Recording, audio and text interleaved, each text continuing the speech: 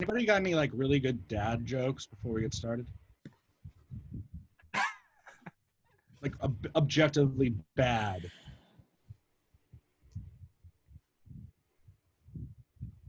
What is the leading cause of dry skin?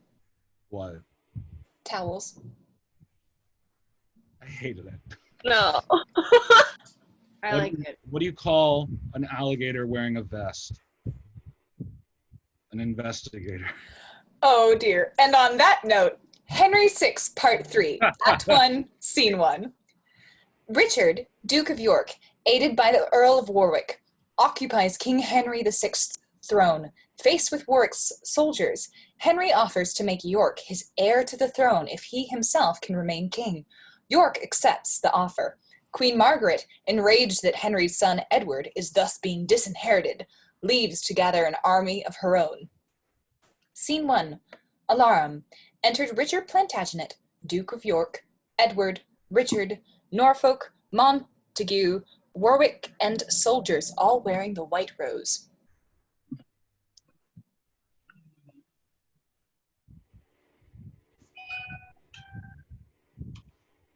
That's me, isn't it? I wonder how the king escaped our hands. While we pursued the horsemen of the north, he slyly stole away and left his men. Whereat the great lord of Northumberland, whose warlike ears could never brook retreat, cheered up the drooping army, and himself, Lord Clifford and Lord Stafford, all abreast, charged our main battle front, and breaking in, were by the swords of common soldiers slain. Lord Stafford's father, Duke of Buckingham, is either slain or wounded dangerous. I cleft his beaver with a downright blow. That this is true, father, behold his blood. He shows his bloody sword.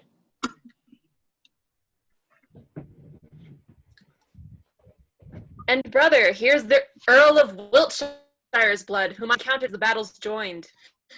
Holding up a thou for me. Oh, speak thou for me and tell them what I did. Richard hath best deserved of all my sons. But is your grace dead by Lord of Somerset? Such hope have all the line of John of Gaunt. Thus do I hope to shake King Henry's head. And so do I, victorious Prince of York, before I see thee seated in that throne, which now the house of Lancaster usurps. I vow by heaven these eyes shall never close. This is the palace of the fearful king, and this the regal seat. Possess it, York, for this is thine and not King Henry's heirs. Assist me then, sweet Warwick, and I will, for hither we have broken in by force.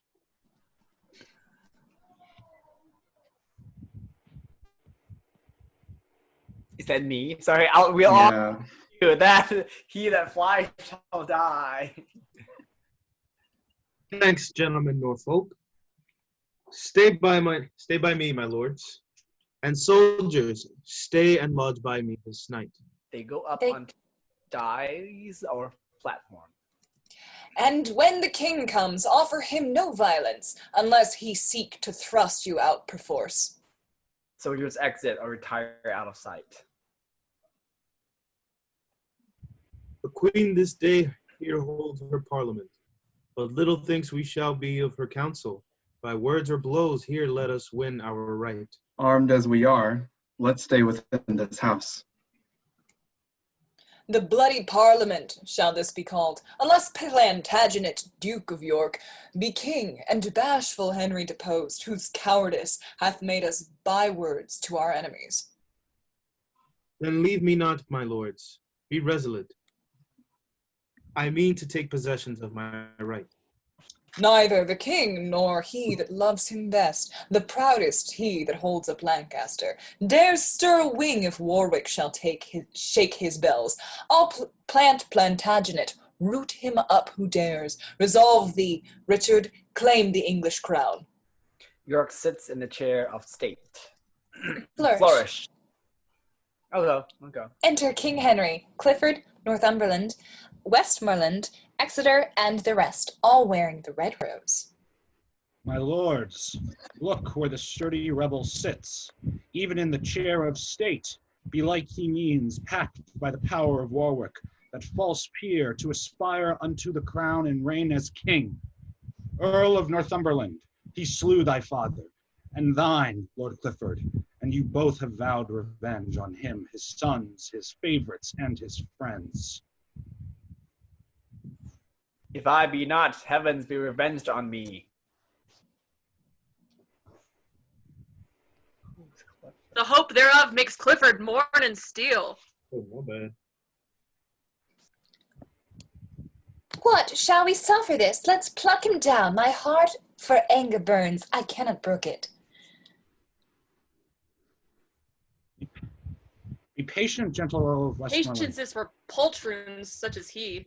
He durst not sit here had your father lived. My gracious lord, here in the parliament, let us assail the family of York. Well hast thou spoken, cousin. Be it so. Ah, know you not the city favors them, and they have troops of soldiers at their beck? But when the Duke is slain, they'll quickly fly. Far be the thought of this from Henry's heart, to make a shambles of the Parliament's house. Cousin of Exeter, frowns, words, and threats shall be the war that Henry means to use. Thou factious Duke of... shit, I lost my start, sorry guys. Thou factious Duke of York, descend my throne, and kneel for grace and mercy at my feet. I am thy sovereign. Thou art deceived, I'm thine. Oh, wait. I am thine. Okay. For shame, come down. He made thee Duke of York. 'Twas my inheritance as the earldom was. Thy father was a traitor to the crown. Exeter, thou art a traitor to the crown in following this usurping Henry. Whom should he follow but his natural king? True, Clifford, that's Richard, Duke of York. And shall I stand and thou sit in my throne? It must and shall be so. Content thyself. Be Duke of Lancaster, let him be king.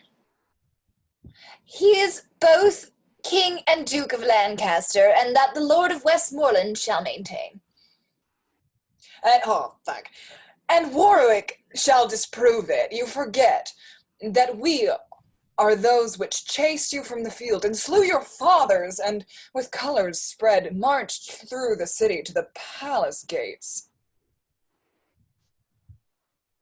Yes, Warwick, I remember it to my grief, and by his soul thou and thy house shall rue it. Plantagenet, of thee and these thy sons, thy kinsmen and thy friends, all have more lives than drops of blood were in my father's veins. Urge it no more, lest that, instead of words, I send thee, Warwick, such a messenger as shall revenge his death before I stir. Poor Clifford, how I scorn his worthless threats. Will we show our title to the crown? If not, our sword shall plead it in the field. What title hast thou, traitor, to the crown? Thy father was as thou art, Duke of York. Thy grandfather, Roger Mortimer, Earl of March. I am the son of Henry V, who made the Dauphin and the French to stoop and seized upon their towns and provinces. Talk not of France. Sith, thou hast lost it all. The Lord Protector lost it, and not I. When I was crowned, I was but 9 months old.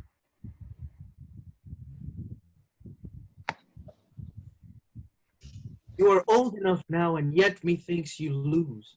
Father, tear the crown from the usurper's head. Sweet father, do so. Set it on your head.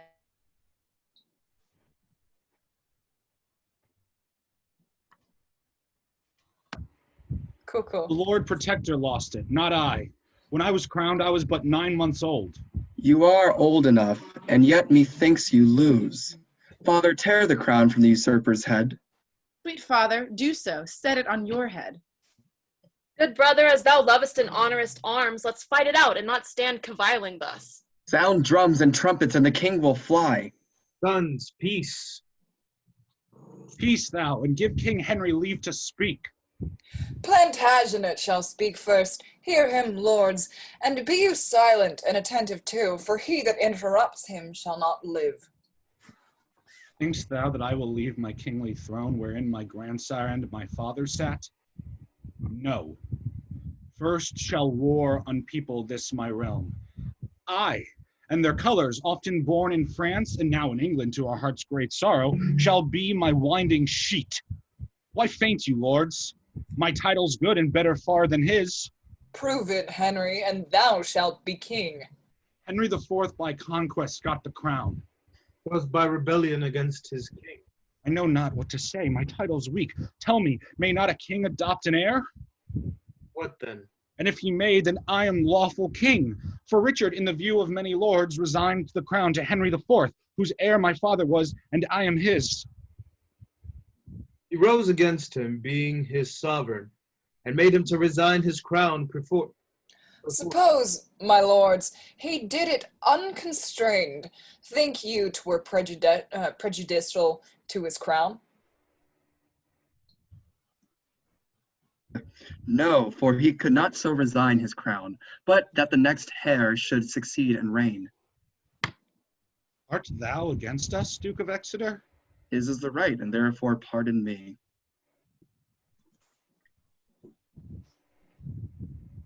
Why whisper, my lords, and answer not? My conscience tells me he's a lawful king.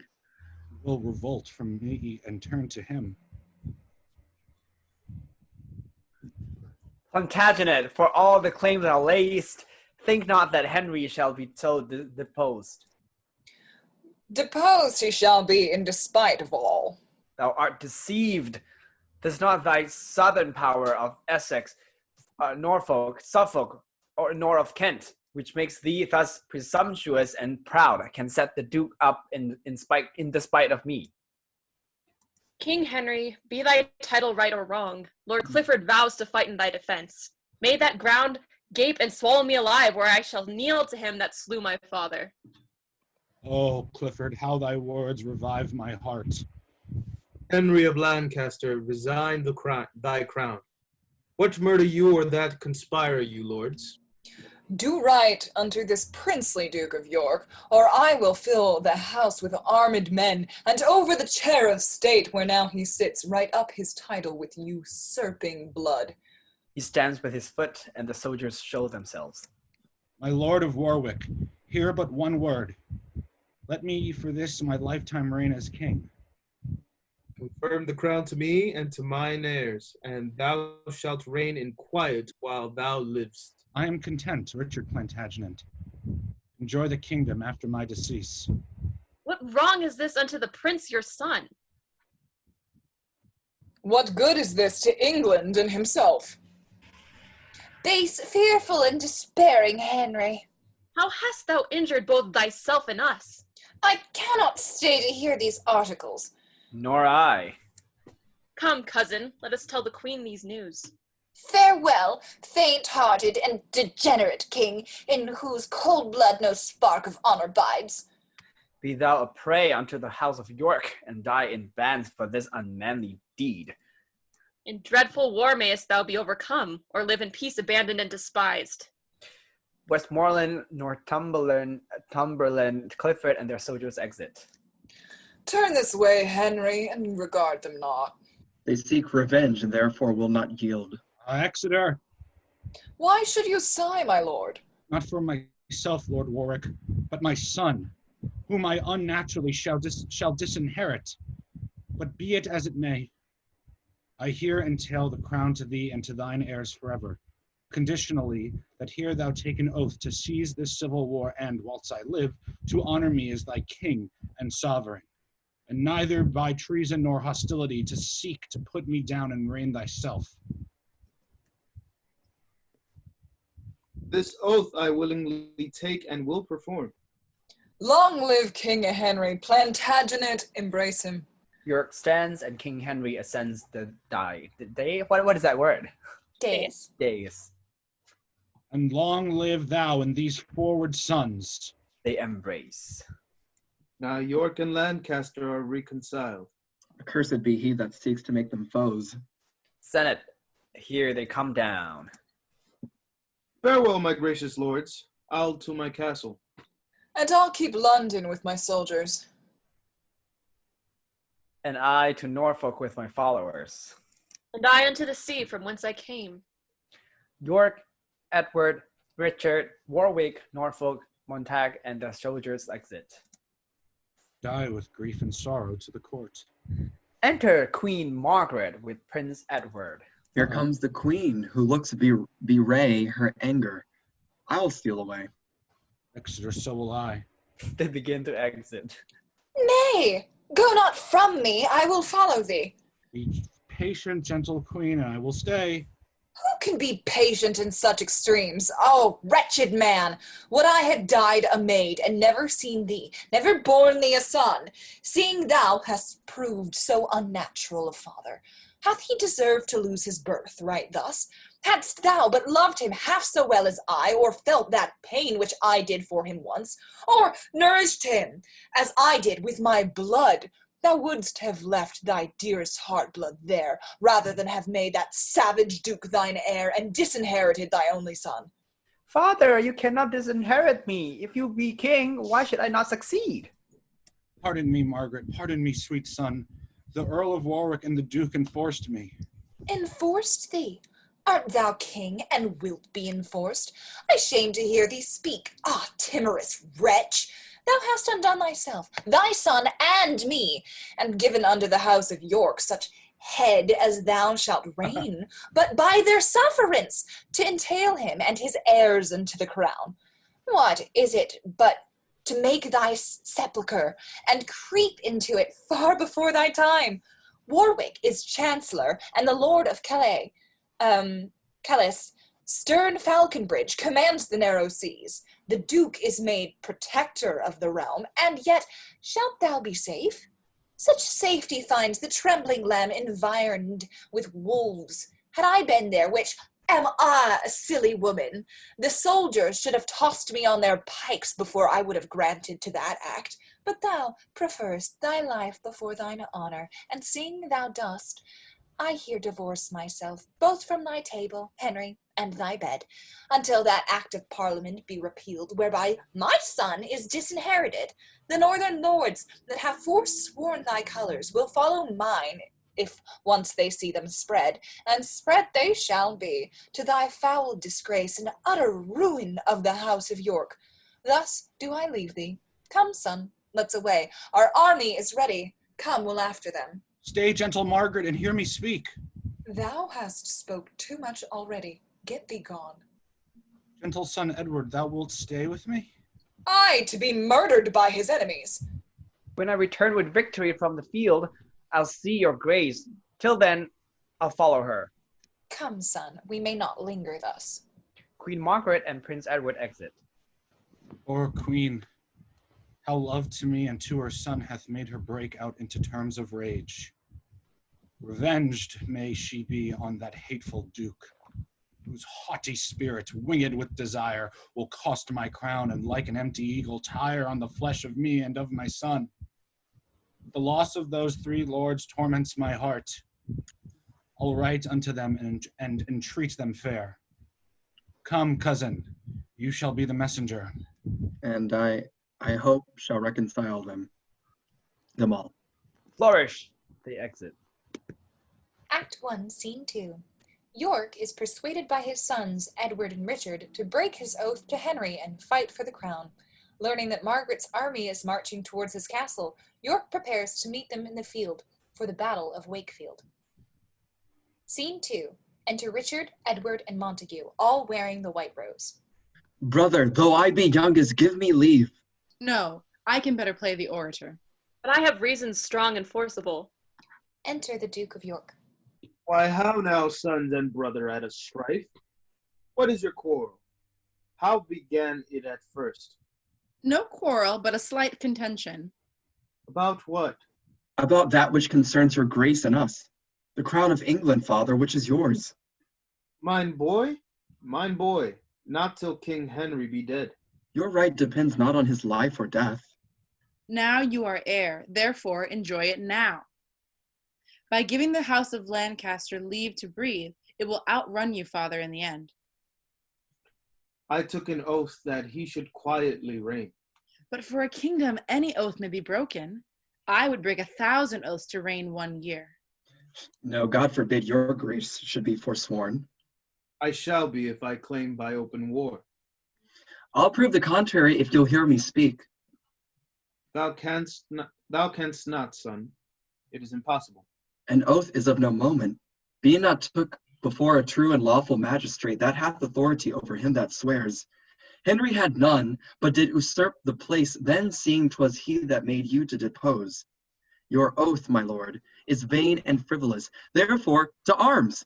And father, do but think how sweet a thing it is to wear a crown within whose circuit is Elysium, and all the poets feign of bliss and joy. Why do we linger thus? I cannot rest until the white rose that I wear be dyed even in the lukewarm blood of Henry's heart. Richard, enough. I will be king or die. Brother, thou shalt to London presently, and wet on Warwick to this enterprise. Thou, Richard, shout to the Duke of Norfolk, and tell him privily of our intent. You, Edward, shall unto my lord Cobham, with whom the Kentishmen will willingly rise. In them I trust, for they are soldiers, witty, courteous, liberal, full of spirit, while you are thus employed with receiveth more, but that I seek occasion how to rise, and yet the king not privy that to my drift, nor any of the house of Lancaster. Enter a messenger.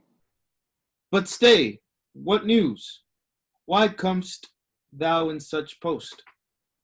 The queen with all the northern earls and lords intend here to besiege you in your castle. She is hard by with 20,000 men, and therefore fortify your hold, my lord. He exits. I with my sword. What thinkst thou that we fear them? Edward and Richard, you shall stay with me.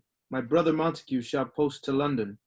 Let noble Warwick, Cobham, and the rest, whom we have left protectors of the king, with powerful policy strengthen themselves, and trust not simply Henry nor his oaths. Brother, I go. I'll win them, fear it not. And thus most humbly do I take my leave. Montague exits. Enter Sir John Mortimer and his brother, Sir Hugh Mortimer. Sir John and Sir Hugh Mortimer, mine's uncles. You are come to Sandal in a happy hour. The army of the queen mean to besiege us.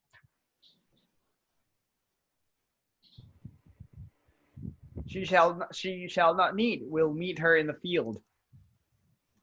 What, with 5,000 men? Aye, with 500, father, for a need. A woman's general. What should we fear? A march afar off.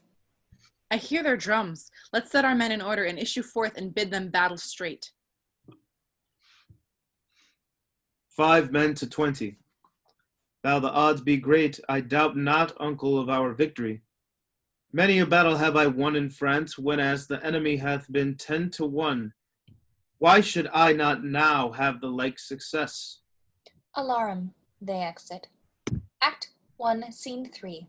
Rutland, youngest son of York, is killed by Lord Clifford as revenge against York, who killed Clifford's father. Scene 3. Enter Rutland and his tutor. Whither shall I fly to escape their hands? Enter Clifford with soldiers all wearing the red rose. Tutor, look where bloody Clifford comes.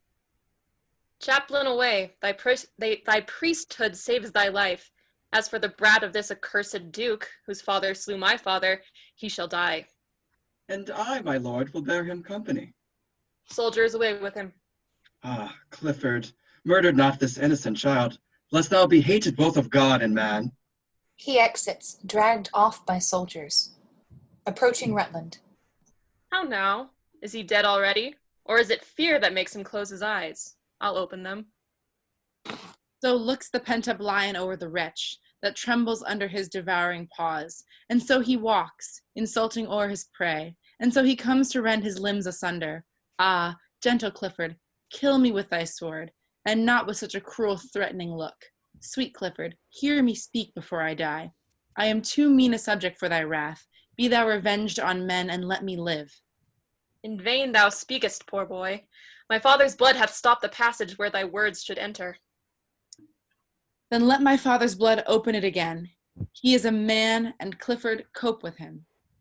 Had I thy brethren here, their lives and thine were not revenge sufficient for me.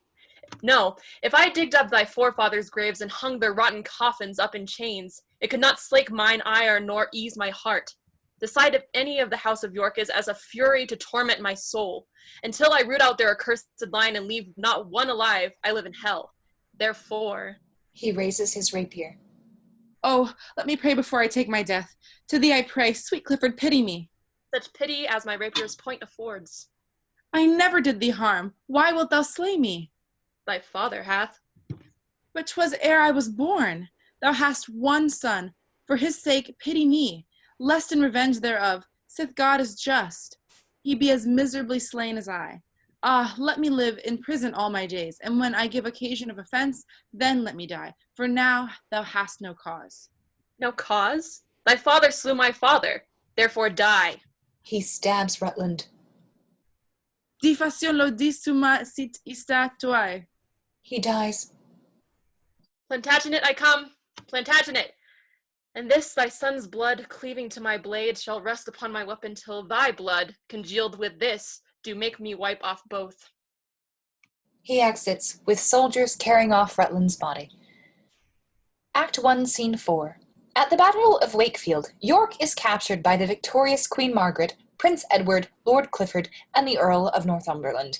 They put a paper crown on his head, and after telling him about Rutland's murder, they torment him by giving him a handkerchief dipped in Rutland's blood to dry his tears. Ooh. York is then stabbed by Clifford and Margaret, who orders that his head be placed over the gates of the city of York. Things are not going well. Scene 4. Alarum. Enter Richard, Duke of York, wearing the white rose. The army of the queen hath got the field. My uncles both are slain in rescuing me, and all my followers to the eager foe turn back and fly like ships before the wind, or lambs pursued by hunger-starved wolves. My sons, God knows what hath behint them. Wow. But this I know, they have deemed themselves like men born to reown my life or death. 3 times did Richard make a lane to me, and thrice cried, "Courage, father, fight it out!" And full as oft came Edward to my side, with purple falchion painted to the hilt, in blood of those that had encountered him. And when the hardiest warriors did retire, Richard cried, "Charge and give no foot of ground," and cried, "A crown or else a glorious tomb, a scepter or an earthly sepulchre." Sepulchre. With this we charged again, but out alas, we budged again, and I have seen a swan, a bootless labor, swim against the tide, and spend her strength with overmatching waves. A short alarm within. Ah, hark! The fatal followers do pursue, and I am faint and cannot fly their fury. And were I strong, I should not shun their fury. The sands are numbered that make up my life. Where must I stay, and where my life must end? Enter Queen Margaret, Clifford, Northumberland, and the young Prince Edward, and soldiers, all wearing the red rose. I can do stage directions. I got you. You're a babe, thanks. Come, bloody Clifford, rough Northumberland. I dare your quenchless fury to more rage. I am your butt, and I abide your shot. Yield to our mercy, proud Plantagenet. Aye, such mercy as his ruthless arm with downright payment showed unto my father. Now Phaeton hath tumbled from his car and made an evening at the noontide prick. My ashes as the phoenix may bring forth a bird that will revenge upon you all. And in that hope I throw mine eyes to heaven, scorning whate'er you can afflict me with. Why come you not? What multitudes and fear? So cowards fight when they can fly no further. So doves do peck the falcon's piercing talons. So desperate thieves, all hopeless of their lives, breathe out invectives against the officers.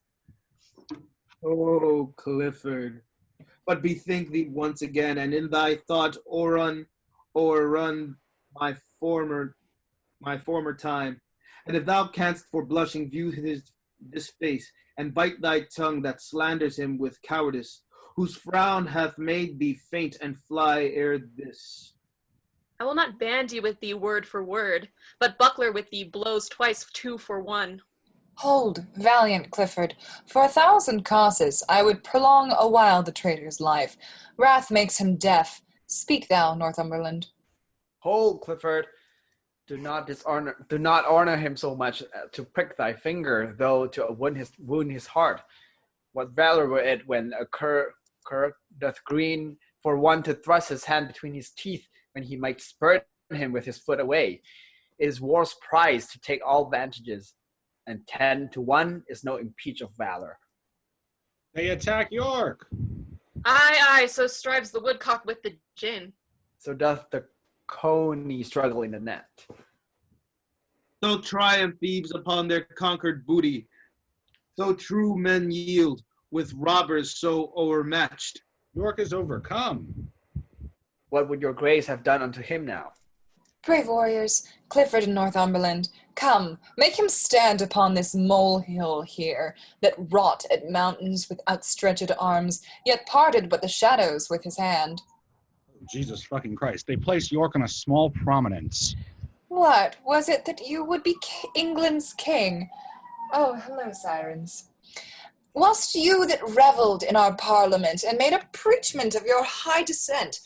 Where are your mess of sons to back you now, the wanton Edward and the lusty George? And where's that valiant crook-back prodigy, Dicky, your boy, with his grumbling voice was wont to cheer his dad in mutinies? Or, put the rest, where's your darling Rutland? Look, York, I stained this napkin with the blood that valiant Clifford with his rapier's point made issue from the bosom of thy boy. And if thine eyes can water for his death, I give thee this to dry thy cheeks withal. Wow, she gives him a bloody cloth. Alas, poor York, but that I hate thee deadly, I should lament thy miserable state. I prithee, grieve to make me merry, York. What? Hath thy fiery heart so parched thine entrails that not a tear can fall for Rutland's death? Why art thou patient, man? Thou shouldst be mad, and I to make thee mad do mock thee thus. Stamp, rave and fret, that I may sing and dance. Thou wouldst be feed, I see, to make me sport. York cannot speak unless he wears a crown for York. She is handed a paper crown.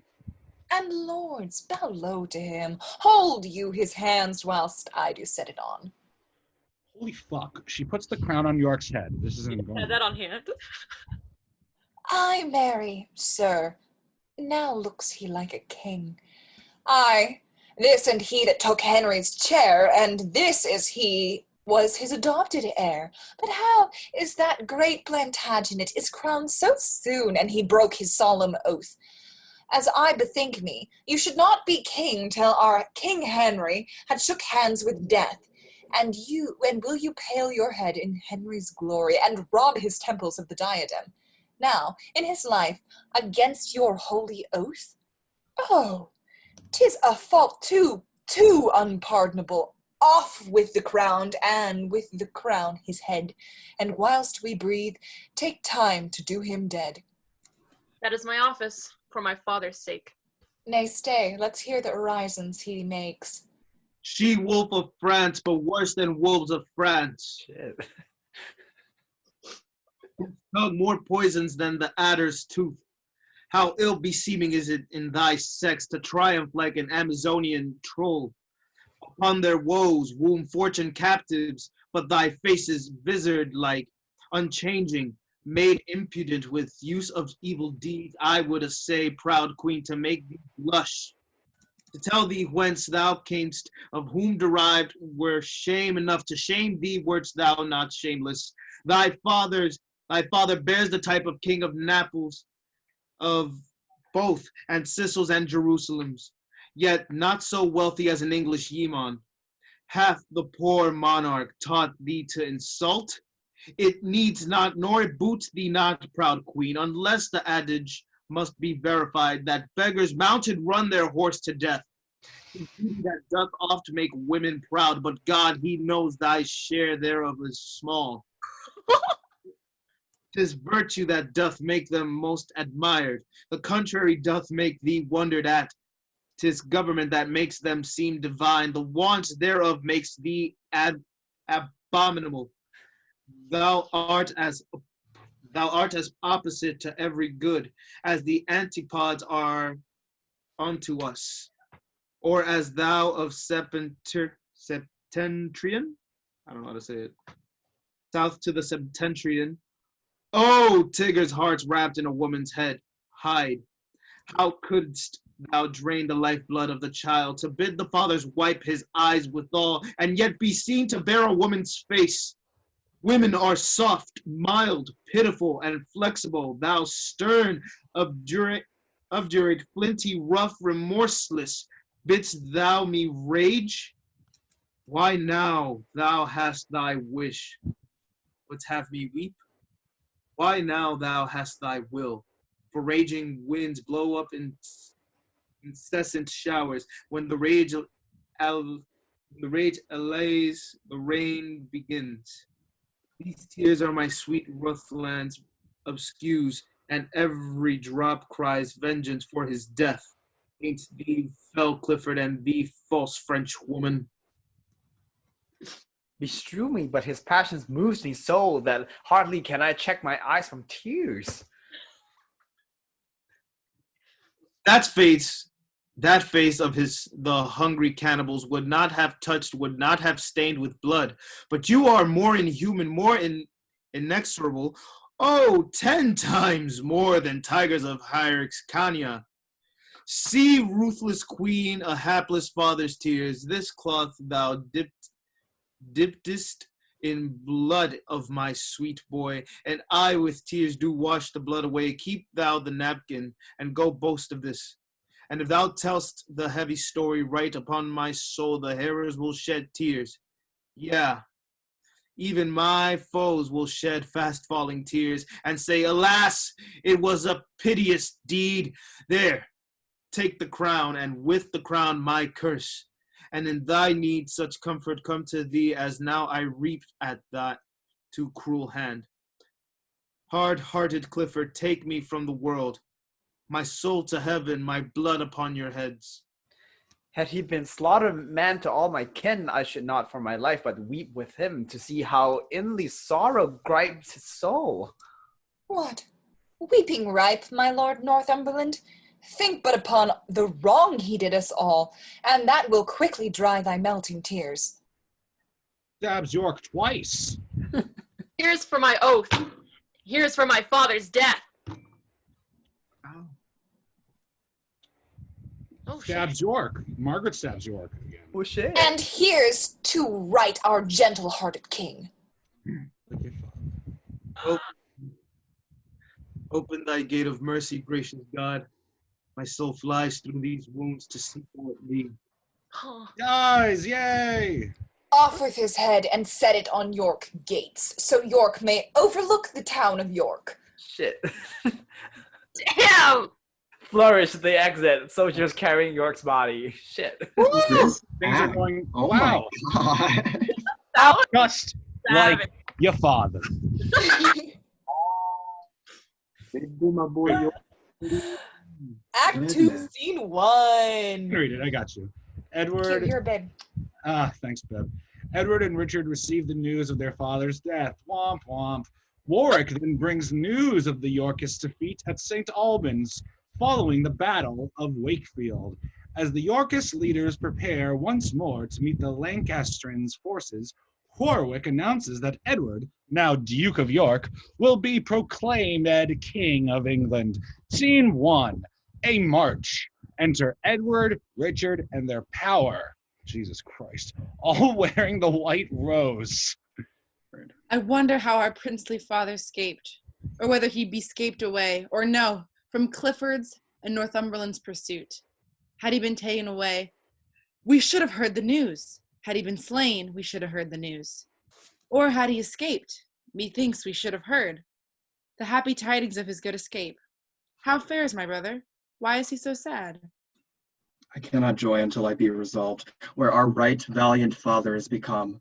I saw him in the battle range about, and watched him how he singled Clifford forth. Methought he bore him in the thickest troop, as doth a lion in a herd of neat, or as a bear encompassed round with dogs, who, having pinched a few and made them cry, the rest stand all aloof and bark at him. So fared our father with his enemies. So fled his enemies, my warlike father. Methinks 'tis prize enough to be his son. See how the morning opes her golden gates, and takes her farewell of the glorious sun. How well resembles it the prime of youth, trimmed like a younker, prancing to his love. Dazzle mine eyes, or do I see 3 suns? 3 glorious suns, each one a perfect sun, not separated with the racking clouds, but severed in a pale, clear shining sky. See, they join, embrace, and seem to kiss as if they vowed some league inviolable. Now are they but one lamp, one light, one sun, and this the heaven figures some event. 'Tis wondrous strange, the like yet never heard of. I think it cites us, brother, to the field, that we, the sons of brave Plantagenet, each one already blazing by our meads, should notwithstanding join our lights together and overshine the earth as this the world. Whatever it bodes, henceforward I will bear upon my target 3 fair shining suns. Nay, bear 3 daughters. By your leave I speak it. You love the breeder better than the male. Enter a messenger, blowing. But what art thou whose heavy looks foretell some dreadful story hanging on thy tongue? Ah, one that was a woeful looker-on, when as the noble Duke of York was slain, your princely father and my loving lord. Oh, speak no more, for I have heard too much. Say how he died, for I will hear it all. Environed he was with many foes, and stood against them, as the hope of Troy against the Greeks that would have entered Troy, but Hercules himself must yield to odds. And many strokes, though with the little axe, hews down and fells the hardest timbered oak. By many hands your father was subdued, but only slaughtered by the ireful arm of unrelenting Clifford and the Queen, who crowned the gracious Duke in high despite, laughed in his face, and when with grief he wept, the ruthless Queen gave him to dry his cheeks a napkin steeped in the harmless blood of sweet young Rutland by young Clifford slain. And after many scorns, many foul taunts, they took his head, and on the gates of York they set the same, and there it doth remain, the saddest spectacle that e'er I viewed. He exits. Sweet Duke of York, our prop to lean upon, now thou art gone. We have no staff, no stay. Oh, Clifford, boisterous Clifford, thou hast slain the flower of Europe for his chivalry, and treacherously hast thou vanquished him. For hand to hand he would have vanquished thee. Now my soul's palace has become a prison. Ah, would she break from hence, that this my body might in the ground be closed up in rest? For never henceforth shall I joy again. Never, oh never shall I see more joy. Weeps. I cannot weep, for all my body's moisture scarce serves to quench my furnace burning heart, nor can my tongue unload my heart's great burden. For self-same wench that I should speak withal is kindling coals that fires all my breast and burns me up with flames that tears would quench. To weep is to make less the depth of grief. Tears then for babes, blows and revenge for me. Richard, I bear thy name. I'll venge thy death, or die renowned by attempting it. His name that valiant Duke hath left with thee. His dukedom and his chair with me is left. Nay, if thou be the princely eagle's bird, show thy descent by gazing 'gainst the sun. For chair and dukedom, throne and kingdom say, either that is thine or else thou wert not his. March, enter Warwick, Montague, and their army, all wearing the white rose. How now, fair lords? What news abroad? Great Lord of Warwick, if we should recount our baleful news at each word's deliverance, stab poniards in our flesh till all were told, the words would add more anguish than the wounds. O valiant lord, the Duke of York is slain. Oh, Warwick, Warwick, that Plantagenet which held thee dearly as his soul's redemption, is by the stern Lord Clifford done to death. And 10 days ago I drowned these news in tears, and now to add more measure to your woes, I come to tell you things sith then befallen. After the bloody fray at Wakefield fought, where your brave father breathed his latest gasp, tidings, as swiftly as the posts could run, were brought to me of your loss and his depart. I, then in London, keeper of the king, mustered my soldiers, gathered flocks of friends, marched towards St. Albans to intercept the queen, bearing the king in my behalf along. For by my scouts I was advertised that she was coming with a full intent to dash our late decree in Parliament, touching King Henry's oath in your succession. Short tale to make, we at St. Albans met, our battles joined, and both sides fiercely fought. But whether 'twas the coldness of the king, who looked full gently on his warlike queen, that robbed my soldiers of their heated spleen, or whether 'twas report of her success, or more than common fear of Clifford's rigor, who thunders to his captives blood and death, I cannot judge. But to conclude with truth, their weapons like to lightning came and went. Our soldiers, like the night owl's lazy flight, or like an idle thresher with a flail, fell gently down, as if they struck their friends. I cheered them with justice of our cause, with promise of high pay and great rewards, but all in vain. They had no heart to fight, and we in them no hope to win the day.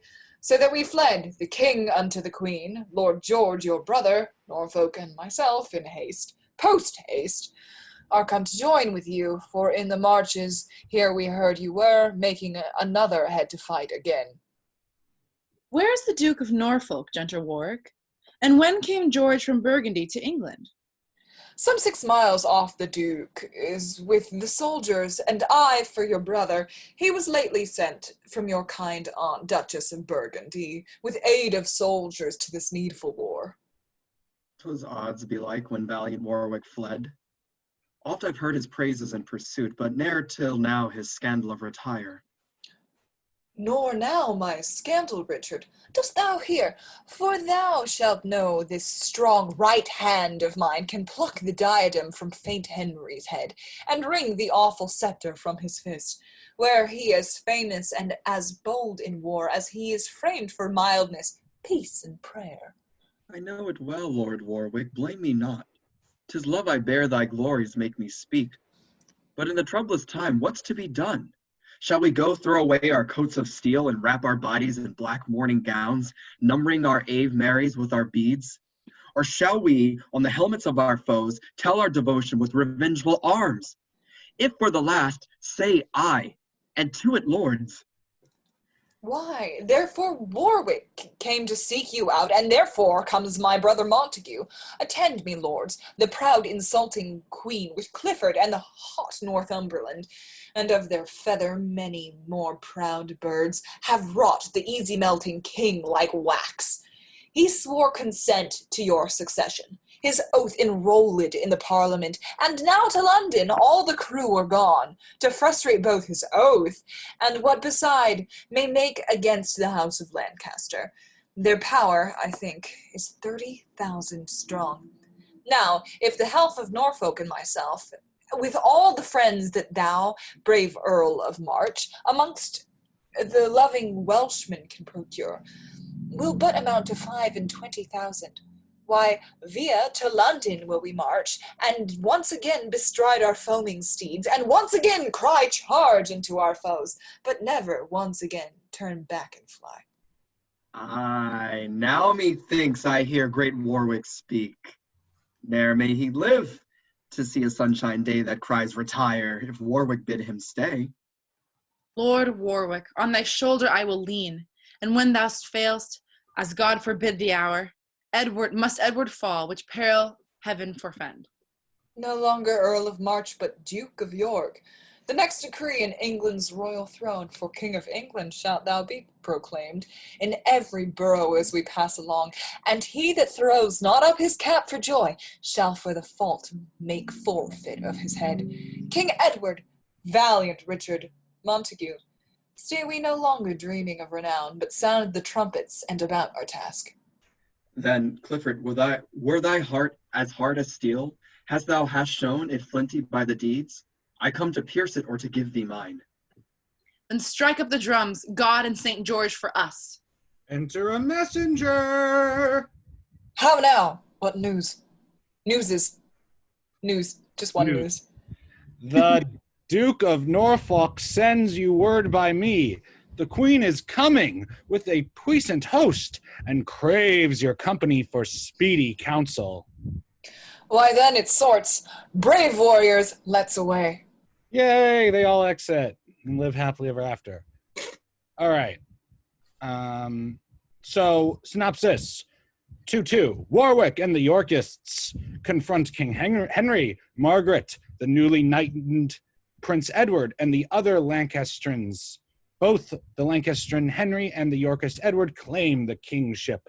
The forces of each side prepare to engage in battle. Scene 2. Flourish. Enter King Henry, Queen Margaret, Clifford, Northumberland, and young Prince Edward, all wearing the red rose with drum and trumpets. The head of York fixed above them. Jesus fucking Christ. Welcome, my lord, to this brave town of York. Yonder's the head of that arch enemy that sought to be encompassed with your crown. Doth not the object cheer your heart, my lord? Aye, as the rocks cheer them that fear their wrack. To see this sight, it irks my very soul. Withhold revenge, dear God. 'Tis not my fault, nor wittingly have I infringed my vow. My gracious liege, this too much lenity and harmful pity must be laid aside. To whom do lions cast their gentle looks? Not the beast that would usurp their den, whose hand is that the forest bear doth lick? Not his that spoils her young before her face?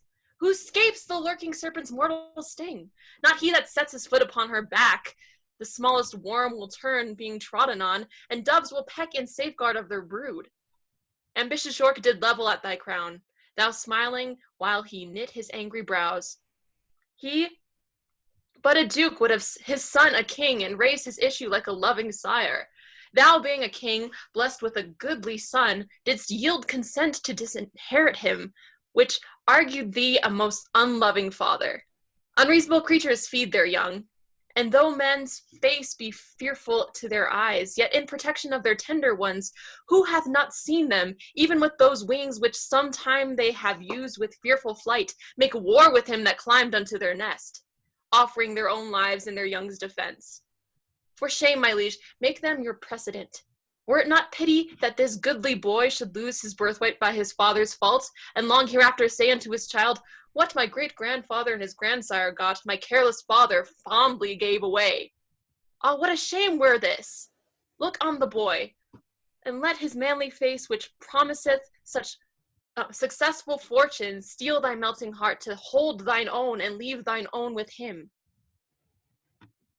Full well hath Clifford played the orator, inferring arguments of mighty force.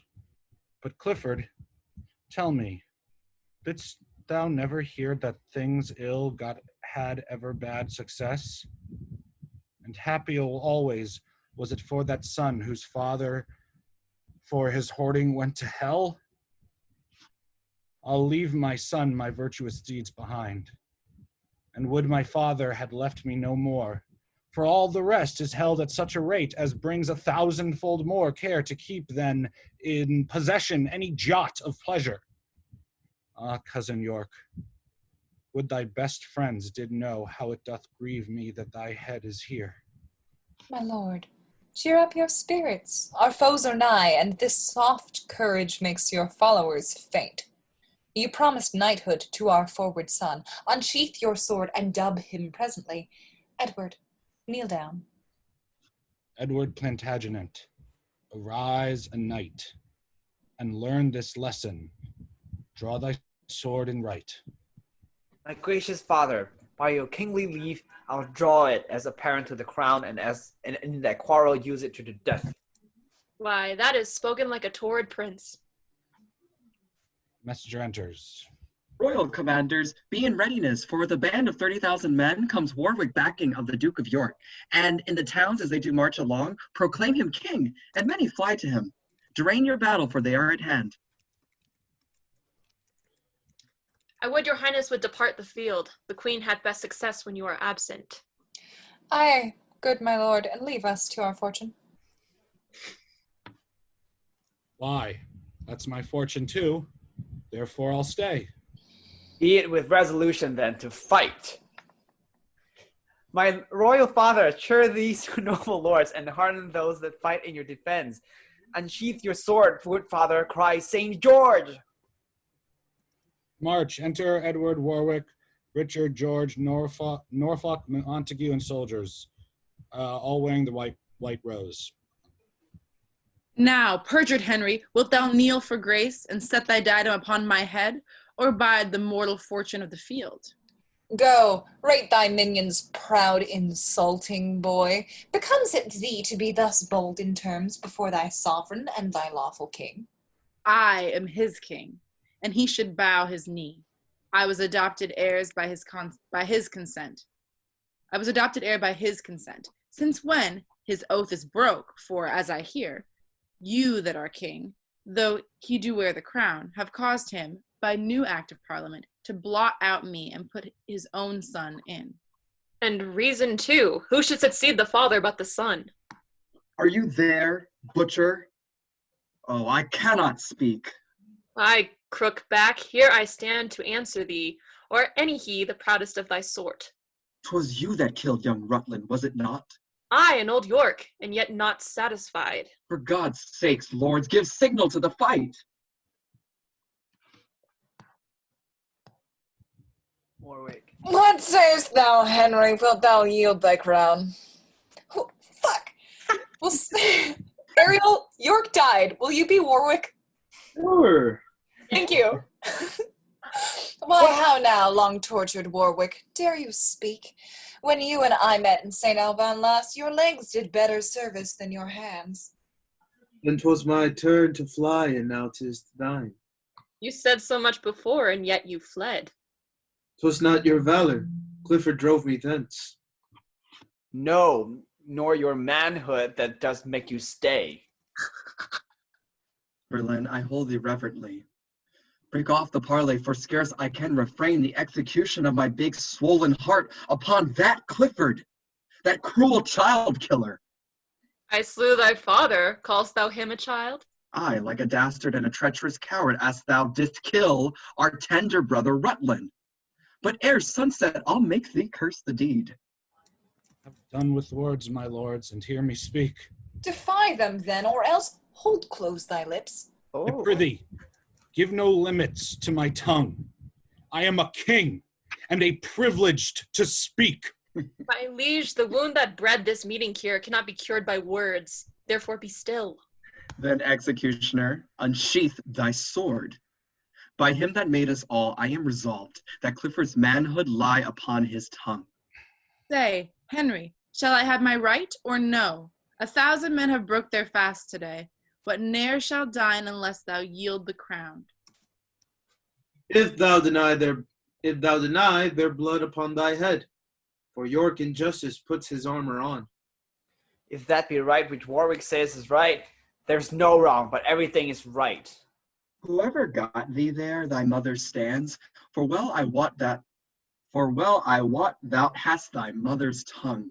But thou art neither like thy sire, nor damn, but like a foul misshapen stigmatic, marked by the destinies to be avoided as venom toads or lizards' dreadful stings. Iron of Naples, hid with English guilt, whose father bears the title of a king, as if a channel should be called the sea, shamest thou not, knowing whence thou art extraught, to let thy tongue detect thy base-born heart? A wisp of straw were worth 1,000 crowns, to make the shameless callet know herself. Helen of Greece was fairer than thou, although thy husband may be Menelaus, and ne'er was Agamemnon brother wronged by that false woman as this king by thee. His father reveled in the heart of France, and tamed the king, and made the Dauphin stoop. He might have kept that glory to this day, but when he took a beggar to his bed, and graced thy poor sire with his bridal day, even then that sunshine brewed a shower for him, that washed his father's fortunes forth of France, and heaped sedition on his crown at home. For what hath broached this tumult but thy pride? Hadst thou been meek, our titles still had slept, and we, in pity of the gentle king, had slipped our claim until another age. That me? Yes, that is me. And when we saw our sunshine made thy spring, and that thy summer bred us no increase, we set the axe to thy usurping root, and though the edge hath something hit ourselves, yet know thou, since we have begun to strike, we'll never leave till we have hewn thee down or bathed thy growing with our heated bloods. And in this resolution I defy thee, not willing any longer conference, since thou deniedst the gentle king to speak. Sound trumpets, let our bloody colors wave, either victory or else a grave. Stay, Edward. No, wrangling women, we'll no longer stay. These words will cost 10,000 lives this day. Oh, Damn. Act 2, Scene 3. Huh? everyone keeps calling Margaret ugly. I know! And it was like, she's so pretty in the beginning, and like, Really man, you have a baby, and then this happens? Yeah. Women on trial. Act 2, Scene 3. Ariel retires from the battle and meets Edward, Richard, and George. They all fear defeat, but take their farewells and return to the battle. Scene 3. Alarum. Excursions. Enter Warwick, wearing the white rose. Forspent with toil that runneth with the race, I lay me down a little while to breathe. For strokes received and many blows repaid have robbed my strong new sinews of their strength. And spite of spite, needs must I rest a while. Enter Edward, wearing the white rose, running. Smile, gentle heaven, or strike, ungentle death, for this world frowns and Edward's sun is clouded. Enter George, wearing the white rose. How now, my lord? What hap? What hope of good? Our hap is lost, our hope but sad despair. Our ranks are broke and ruin follows us. What counsel give you? Whither shall we fly? Bootless is flight. They follow us with wings, and weak we are and cannot shun pursuit. Enter Richard, wearing the white rose. Ah, Warwick, why hast thou withdrawn thyself? Thy brother's blood the thirsty earth hath drunk, broached with the steely point of Clifford's lance, and in the very pangs of death he cried, like to a dismal clangor heard from far, Warwick, revenge! Brother, revenge my death! So underneath the belly of their steeds that stained their fetlocks in his smoking blood, the noble gentleman gave up the ghost. Let the earth be drunken with our blood. I'll kill my horse because I will not fly. Why stand we like soft-hearted women here, wailing our losses whiles the foe doth rage, and look upon as if the tragedy were played in jest by counterfeiting actors? Here on my knee I vow to God above, I'll never pause again, never stand still, till either death has closed these eyes of mine, or fortune given me measure of revenge. O Warwick, I do not bend my knee with thine, and in this vow do chain my soul to thine. I do bend my knee with thine, and in this vow chain thy soul to thine. He kneels. And ere my knee rise from the earth's cold face, I throw my hands, mine eyes, my heart to thee. Thou set her up and plucker down of kings, beseeching thee, if with thy will it stands, that to my foes this body must be prey, yet that thy brazen gates of heaven may ope, and give sweet passage to my sinful soul. Edward and Warwick stand. Now, lords, take leave until we meet again, where it be, in heaven or in earth. Brother, give me thy hand, and gentle Warwick, let me embrace thee in my weary arms.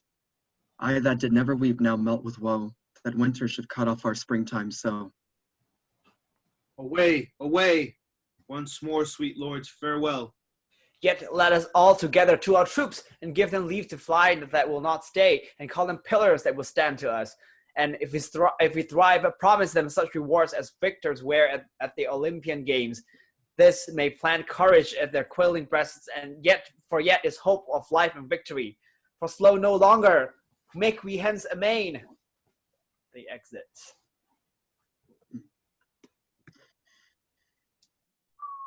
Act 2, Scene 4. Richard and Clifford fight. When Warwick enters, Clifford flees. Richard prepares to search for Clifford in order to fight to the death. Scene 4. Excursions. Enter, at separate doors, Richard wearing the white rose and Clifford wearing the red rose. Now, Clifford, I have singled thee alone. Suppose this arm is for the Duke of York and this for Rutland, both bound to revenge. Wert thou environed with a brazen wall? Now, Richard, I am with thee here alone. This is the hand that stabbed thy father York, and this is the hand that slew thy brother Rutland. And here's the heart that triumphs in their death, and cheers these hands that slew thy sire and brother to execute the like upon thyself. And so, have at thee. They fight. Warwick comes. Clifford flies. Nay, Warwick! Single out some other chase, for I myself will hunt this wolf to death. They exit. Act 2, Scene 5. As the Battle of Towton proceeds, King Henry contemplates his unhappy life as king, and then observes, as a young man realizes, that the man he has killed is his own father, and then, as a father learns that the man he killed is his own son. As they grieve, Henry claims to be sadder than either of them because of what is happening to his country. Margaret, Prince Edward, and Exeter enter and urge Henry to flee with them from the victorious Yorkists. Scene 5. Alarum. Enter King Henry alone, wearing the red rose. This battle fares like to the morning's war when dying clouds contend with growing light. What time the shepherd, blowing of his nails, can neither call it perfect day nor night. Now sways it this way like a mighty sea, forced by the tide to combat with the wind. Now sways it that way, like the selfsame sea, forced to retire by fury of the wind. Sometime the flood prevails, and then the wind. Now one the better, then another best, both tugging to be victors, breast to breast, yet neither conqueror nor conquered. So is the equal poison of this fell war. Here on this molehill will I sit me down. He sits on a small prominence. To whom God will, there be the victory. For Margaret, my queen, and Clifford too have chid me from the battle, swearing both they prosper best of all when I am thence. Would I were dead, if God's good will were so. For what is in this world but grief and woe? O God, methinks it were a happy life to be no better than a homely swain, to sit upon a hill as I do now, to carve out dials quaintly, point by point, thereby to see the minutes how they run. How many makes the hour full complete? How many hours brings about the day? How many days will finish up the year? How many years a mortal man may live when this is known, than to divide the times? So many hours must I tend my flock. So many hours must I take my rest. So many hours must I contemplate. So many hours must I sport myself. So many days my ewes have been with young, so many weeks ere the poor fools will eat, so many years ere I shall shear the fleece, so many minutes, hours, days, months, and years passed over to the end they were created, would bring white hairs unto the quiet grave. Ah, what a life were this! How sweet, how lovely, gives not the hawthorn bush a sweeter shade to shepherds looking on their silly sheep than doth a rich embroidered canopy to kings that fear their subjects' treachery? Oh yes, it doth a thousandfold it doth. And to conclude, the shepherd's homely curds his cold thin drink out of his leather bottle, his wanton sleep under a fresh tree's shade, all which secure and sweetly he enjoys, is far beyond a prince's delicates. His viands sparkling in a golden cup, his body couched in a curious bed, when care, mistrust, and treason waits on him. Alarum, enter at one door a son that hath killed his father, carrying the body. All blows the wind that profits nobody. This man whom hand to hand I slew in fight may be possessed with some store of crowns, and I that haply take them from him now, may yet ere night yield both my life and them to some man else, as this dead man doth me. Who's this? Oh God, it's my father, it is my father's face, whom in this conflict I unawares have killed. Oh, heavy times begetting such events. From London by the king was I pressed forth. My father, being the Earl of Warwick man's, came on part of York, pressed by his master. And I, who at his hands received my life, have by my hands of life bereaved him. Pardon me, God, I knew not what I did. And pardon, Father, for I knew not thee. My tears shall wipe away these bloody marks, and no more words till they have flowed their fill. He weeps. Oh, piteous spectacle, oh, bloody times! Whilst lions war and battle for their dens, poor harmless lambs abide their enmity. Weep, wretched man, I'll aid thee tear by tear, and let our hearts and eyes like civil war be blind with tears and break, o'ercharged with grief. Enter at another door a father that hath killed his son, bearing the body of his son.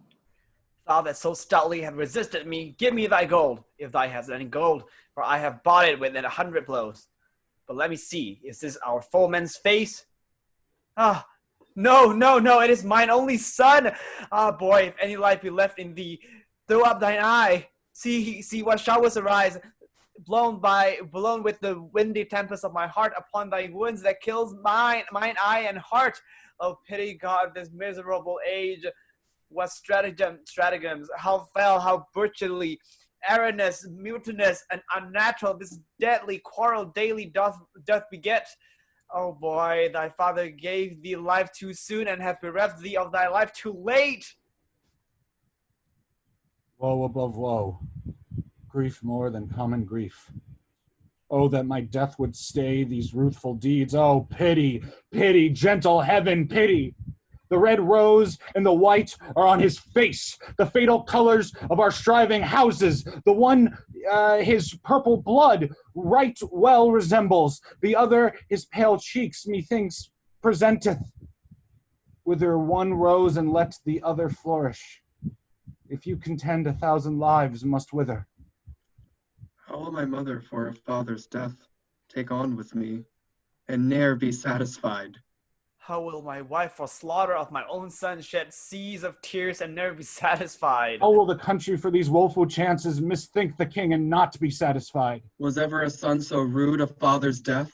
Was ever father so bemoan his son? Was ever king so grieved for subjects' woe?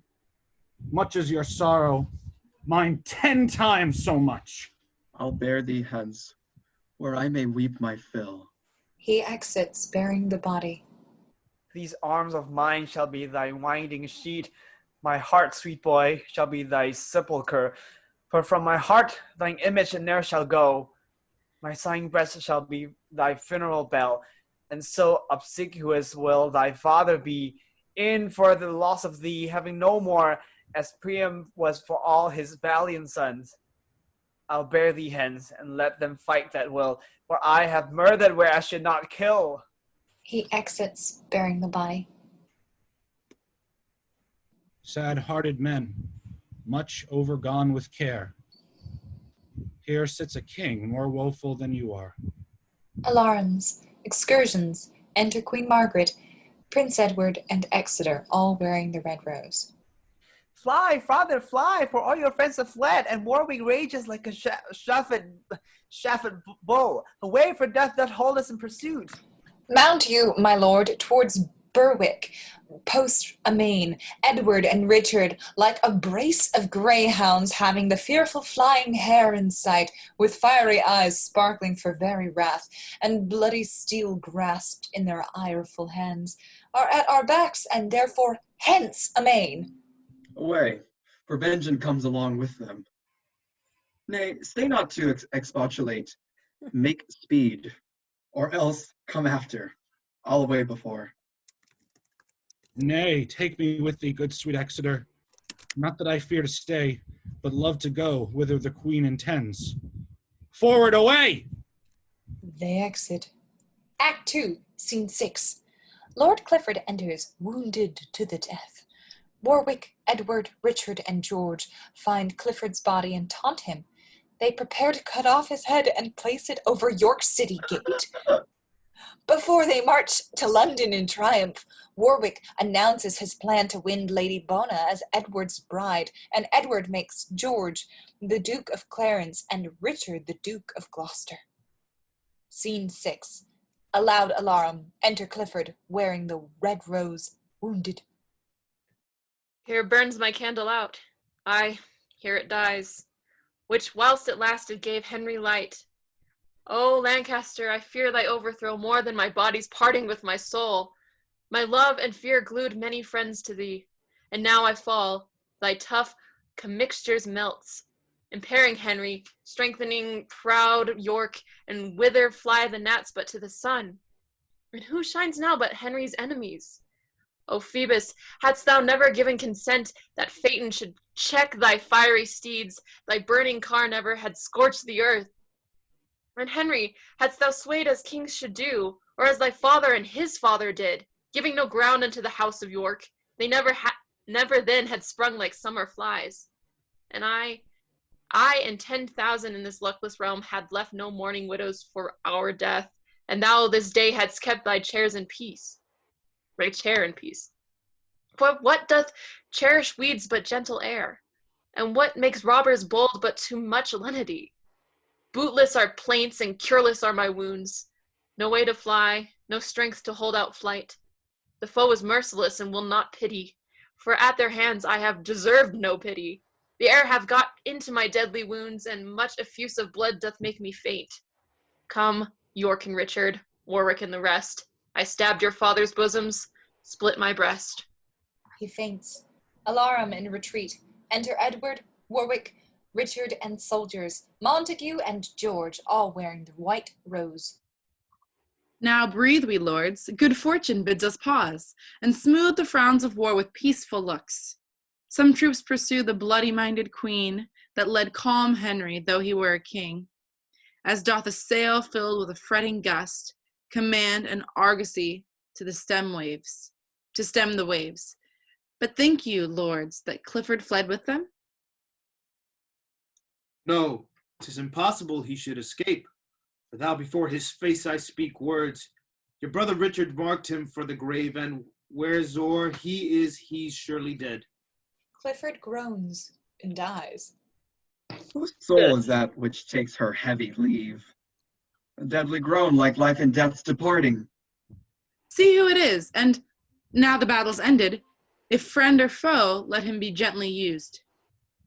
Revoke that doom of mercy, for 'tis Clifford who's not contented that he lopped the branch in hewing Rutland when his leaves put forth, but set his murdering knife unto the root, from whence that tender spray did sweetly spring. I mean our princely father, Duke of York. From off the gates of York fetch down the head, your father's head, which Clifford placed there, instead whereof let this supply the room.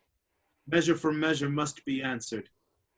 Bring forth that fatal screech owl to our house, that nothing sung but death to us and ours. Now death shall stop his dismal threatening sound, and his ill-brooding tongue no more shall speak. I think his understanding is bereft. Speak, Clifford. Dost thou know who speaks to thee? Dark cloudy death o'ershades his beams of life, and he nor sees nor hears us what we say. Oh, would he did, and so perhaps he doth. 'Tis but his policy to counterfeit, because he would avoid such bitter taunts, which in the time of death he gave our father. If so thou thinkest, vex him with eager words.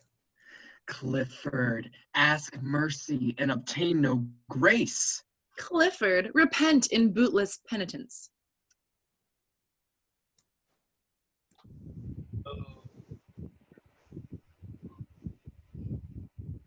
Line 71. I'm not in the...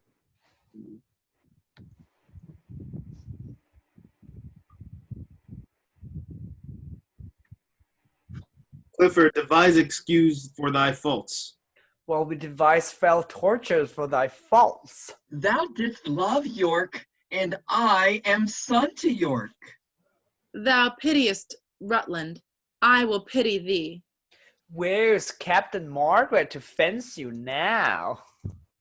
They mock thee, Clifford. Swear as thou wont. What? Not an oath? Nay, then the world goes hard when Clifford cannot spare his friends an oath. I know by that he's dead, and by my soul, if this right hand would buy but 2 hours' life, that I in all despite might rail at him. This hand shall chop it off, and with the issuing blood stifle the villain whose unstaunch thirst York and young Rutland could not satisfy. Aye, but he's dead. Off with the traitor's head, and here it in the place your father stands. And now to London with triumphant march, there to be crowned England's royal king, for whence shall Warwick cut the sea to France, and ask the Lady Bona for thy queen. So shalt thou sinew both these lands together, and having France thy friend, thou shalt not dread the scattered foe that hopes to rise again, for though they cannot greatly sting to hurt, yet look to have them buzz to offend thine ears. First will I see the coronation, and then to Brittany, I'll cross the sea to effect this marriage, so it please my lord. Even as thou wilt, sweet Warwick, let it be. For in thy shoulder do I build my seat, and never will I undertake the thing wherein thy counsel and consent is wanting. Richard, I will create thee Duke of Gloucester, and George of Clarence. Warwick, as ourself, shall do and undo him as him pleaseth best. Let me be Duke of Clarence, George of Gloucester, for Gloucester's dukedom is too ominous. Tut, that's a foolish observation. Richard, be Duke of Gloucester. Now to London to see these honors in possession. They exit with Clifford's body. Rolling. All right, fantastic. Welcome back, everybody. Act 3, Scene 1. King Henry is captured by 2 gamekeepers who now owe allegiance to King Edward. Scene 1. Enter 2 gamekeepers with crossbows in their hands. Under this thick-grown brake we'll shroud ourselves, for through this land anon the deer will come, and in this covert we will make our stand, culling the principal of all the deer. I'll stay above the hill so both may shoot.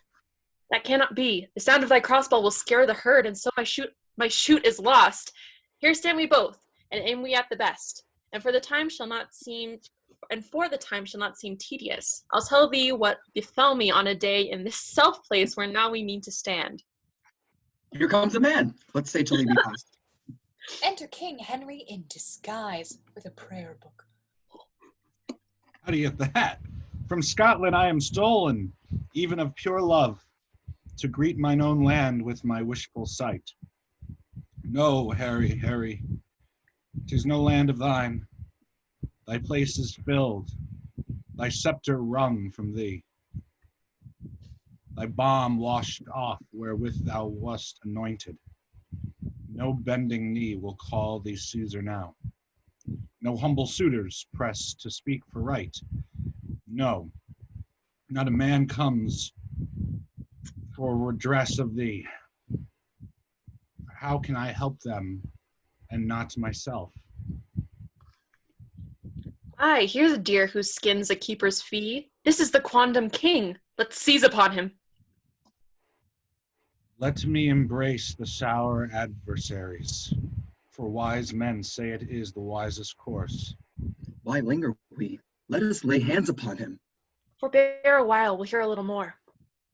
My queen and son are gone to France for aid, and, as I hear, the great commanding Warwick is thither gone to crave the French king's sister to wife for Edward. If this news be true, poor queen and son, your labor is but lost. For Warwick is a subtle orator, and Lewis a prince soon won with moving words. By this account, then, Margaret may win him, for she's a woman to be pitied much. Her sighs will make a battery in his breast. Her tears will pierce into a marble heart. The tiger will be mild while she doth mourn, and narrow will be tainted with remorse, to air and see her plaints, her British tears. Aye, but she's come to beg, Warwick to give.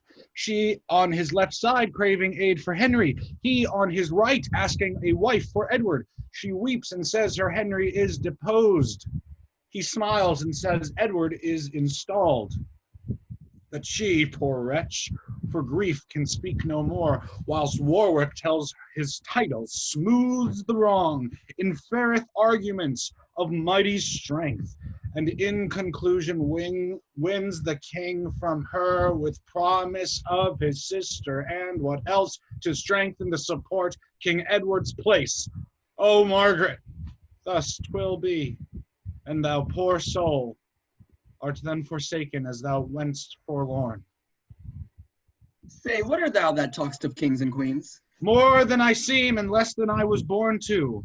A man at least, for less I should not be, and men may talk of kings, and why not I? Aye, but thou talkst as if thou wert a king. Why, so I am in mind, and that's enough. But if thou be king, where is thy crown? My crown is in my heart, not in my head, not decked with diamonds and Indian stones, nor to be seen. My crown is called content. A crown it is that seldom kings enjoy. Well, if you be a king crowned with content, you're crowned content, and you must be contented to go along with us. Whereas we think you are the king King Edward hath disposed, and we his subjects sworn in allegiance to you. But did you never swear and break an oath? No, never, or will not now. Where did you dwell when I was king of England? Here in this country where we now remain. I was anointed king at 9 months old. My father and my grandfather were kings, and you were sworn true subjects unto me. And tell me, then, have you not broke your oaths? No, for we were subjects but while you were king. Why, am I dead? Do I not breathe a man? Ah, simple men, you know not what you swear. Look as I blow this feather from my face, and as the air blows it to me again, obeying with my wind when I do blow, and yielding to another when it blows, commanded always by the greater gust. Such is the lightness of your common men. But do not break your oaths, for of that sin my mild entreaty shall not make you guilty. Go where you will, the king shall be commanded, and be you kings, command, and I'll obey. We are subjects to the king, King Edward. So would you be again to Henry if he were seated as King Edward is? We charge you in God's name and the king's to go with us unto the officers. In God's name, lead. Your king's name be obeyed. And what God will, then let your king perform. And what he will, I humbly yield unto. They exit. Same. Act 3, Scene 2. King Edward, hearing Lady Grey's petition for her dead husband's land, decides he wants her for his mistress. She refuses. He then asks her to become his queen, to the chagrin of Richard and Clarence. News comes of Henry's capture. Left alone, Richard contemplates his life and decides to obtain the crown for himself, despite the numbers of human obstacles in his way, which is the setup for Richard 3. Scene 2.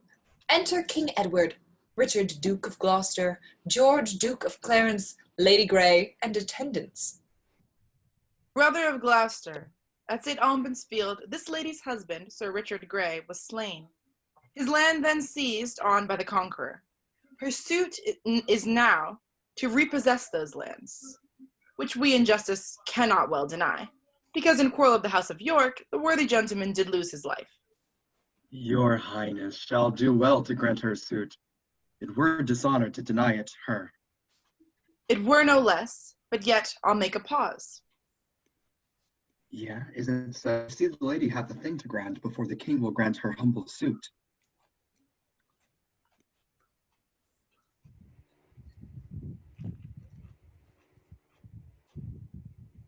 Clarence is now... Who was reading for George? Me. Sorry, I'm still finding. Right. It's okay. You are now Clarence. We are at line 14. You have been promoted.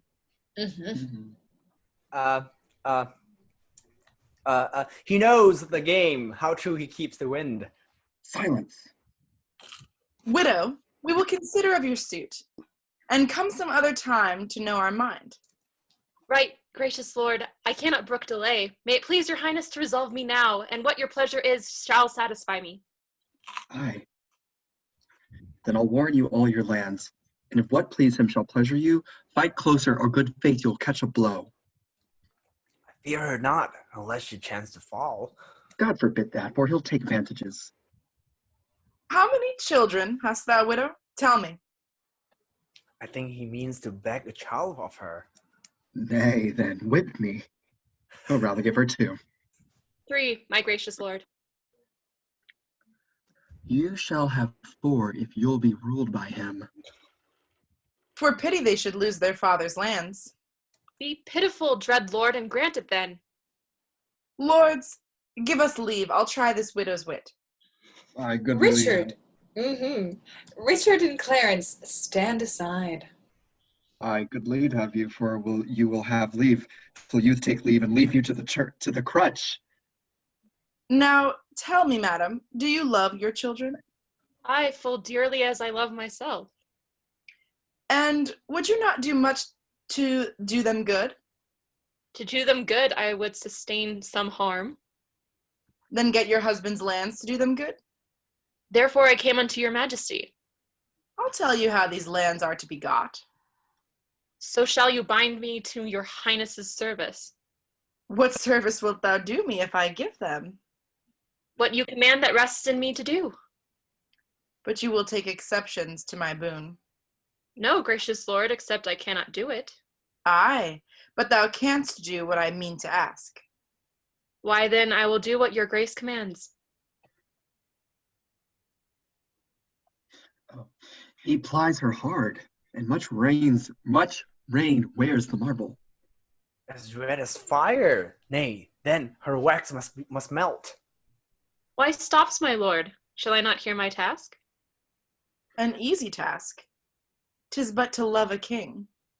That's soon performed because I am a subject. Why then, thy husband's lands I freely give thee. I take my leave with many thousand thanks. She curtsies and begins to exit. The match is made, she seals it with a curtsy. But stay thee, 'tis the fruits of love I mean. The fruits of love I mean, my loving liege.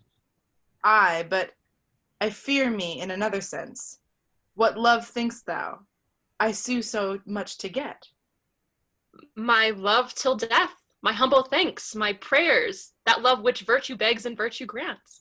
No, by my troth, I did not mean such love. Why then you mean not as I thought you did. But now you partly may perceive my mind. My mind will never grant what I perceive your highness aims at, if I am right. To tell thee plain, I aim to lie with thee. To tell you plain, I'd rather lie in prison. Why then, thou shalt not have thy husband's lands. Why then mine honesty shall be my dower, for by that loss I will not purchase them. Therein thou wrongst thy children mightily. Herein your highness wrongs both them and me. But, mighty lord, this merry inclination accords not with the sadness of my suit. Please you dismiss me either with aye or no. Aye, if thou wilt say aye to my request. No, if thou dost say no to my demand. Then no, my lord, my suit is at an end. And she knits her brow. He is the bluntest word in Christian.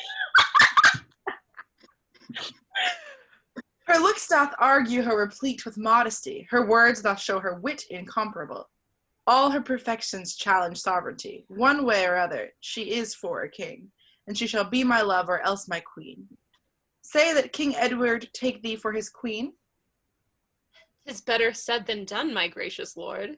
I am a subject fit to jest withal, but far unfit to be a sovereign.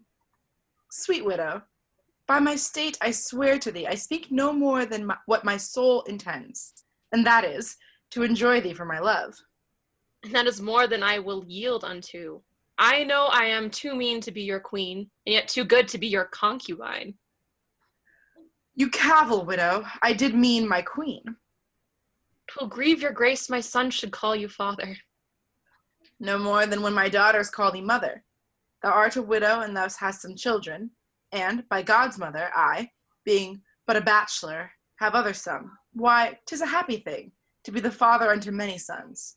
Answer no more, for thou shalt be my queen. The ghostly father now hath done his shrift. When he was made a shriver, 'twas with shift. Brothers, you muse what chat we two have had? The widow likes it not, for she looks very sad. You'd think it strange if I should marry her. To who, my lord? Why, Clarence to myself. That would be 10 days' wonder at the least. That's a day longer than a wonder lasts. By so much is the wonder in extremes. Well, just on, brothers. I can tell you both. Her suit is granted for her husband's lands. Enter, nobleman. My gracious lord, Henry, your foe is taken and brought your prisoner to your palace gate. See that he be conveyed into the tower. Nobleman exits. And go we, brothers, to the man that took him, to question of his apprehension. Widow, go you along. Lords, use her honorably. They exit. Richard remains. Aye, Edward will use women honorably. Would he were wasted, marrow, bones, and all, that from his loins no hopeful branch may spring, to cross me from the golden time I look for.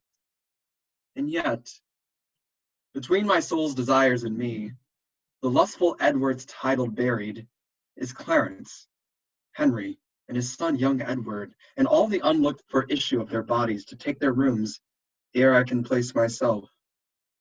A cold premeditation for my purpose. Why then I do but dream on sovereignty, like one that stands upon a promontory and spies a far-off shore where he would tread, wishing his foot were equal with his eye, and chides the sea that sunders him from thence, saying he'll lade it dry to have his way. So do I wish the crown, being so far off, and so I chide that means keeps me from it. And so I say, I'll cut the causes off, flattering me with impossibilities. My eyes too quick, my heart overweens too much, unless my hand and strength could equal them. We'll say there is no kingdom then for Richard. What other pleasures can the world afford? And in a lady and deck my body in gay ornaments and wish sweet ladies with my words and looks. Miserable thought, and more luckily, and more unlikely than to accomplish 20 golden crowns. Why love forswore me in my mother's womb, and for I should not deal in her soft laws. She did corrupt frail nature with some bribe to shrink my arm up like a withered shrub, to make an envious mountain on my back, where sits deformity to mock my body, to shape my legs of an unequal size, to disproportion me in every part, like to chaos, like to bear whelp that carries no impression like the dam. And am I then a man to be beloved? A monstrous fault to harbor such a thought. Then, since the earth affords no joy to me, but to command, to check, to overbear such as are a better person than myself, I'll make my heaven to dream upon the crown, and whiles I live to account this world, but hell until I misshaped trunk that bears this head be round and paled with a glorious crown. And yet I know not how to get the crown, for many lives stand between me and home, and I, like one lost in a thorny wood that rents the thorns and is rent with the thorns, seeking a way and straying from the way, not knowing how to find the open air, but toiling desperately to find it out, torment myself to catch the English crown. And from that torment, I will free myself, or hew my way out with a bloody axe. Why, I can smile and murder whiles I smile, and cry content to that which grieves my heart, and wet my cheeks with artificial tears, and frame my face to all occasions. I'll drown more sailors than the mermaid shall. I'll slay more gazers than the basilisk. I'll play the orator as well as Nestor, deceive more slyly than Ulysses could, and like Sidon, take another Troy.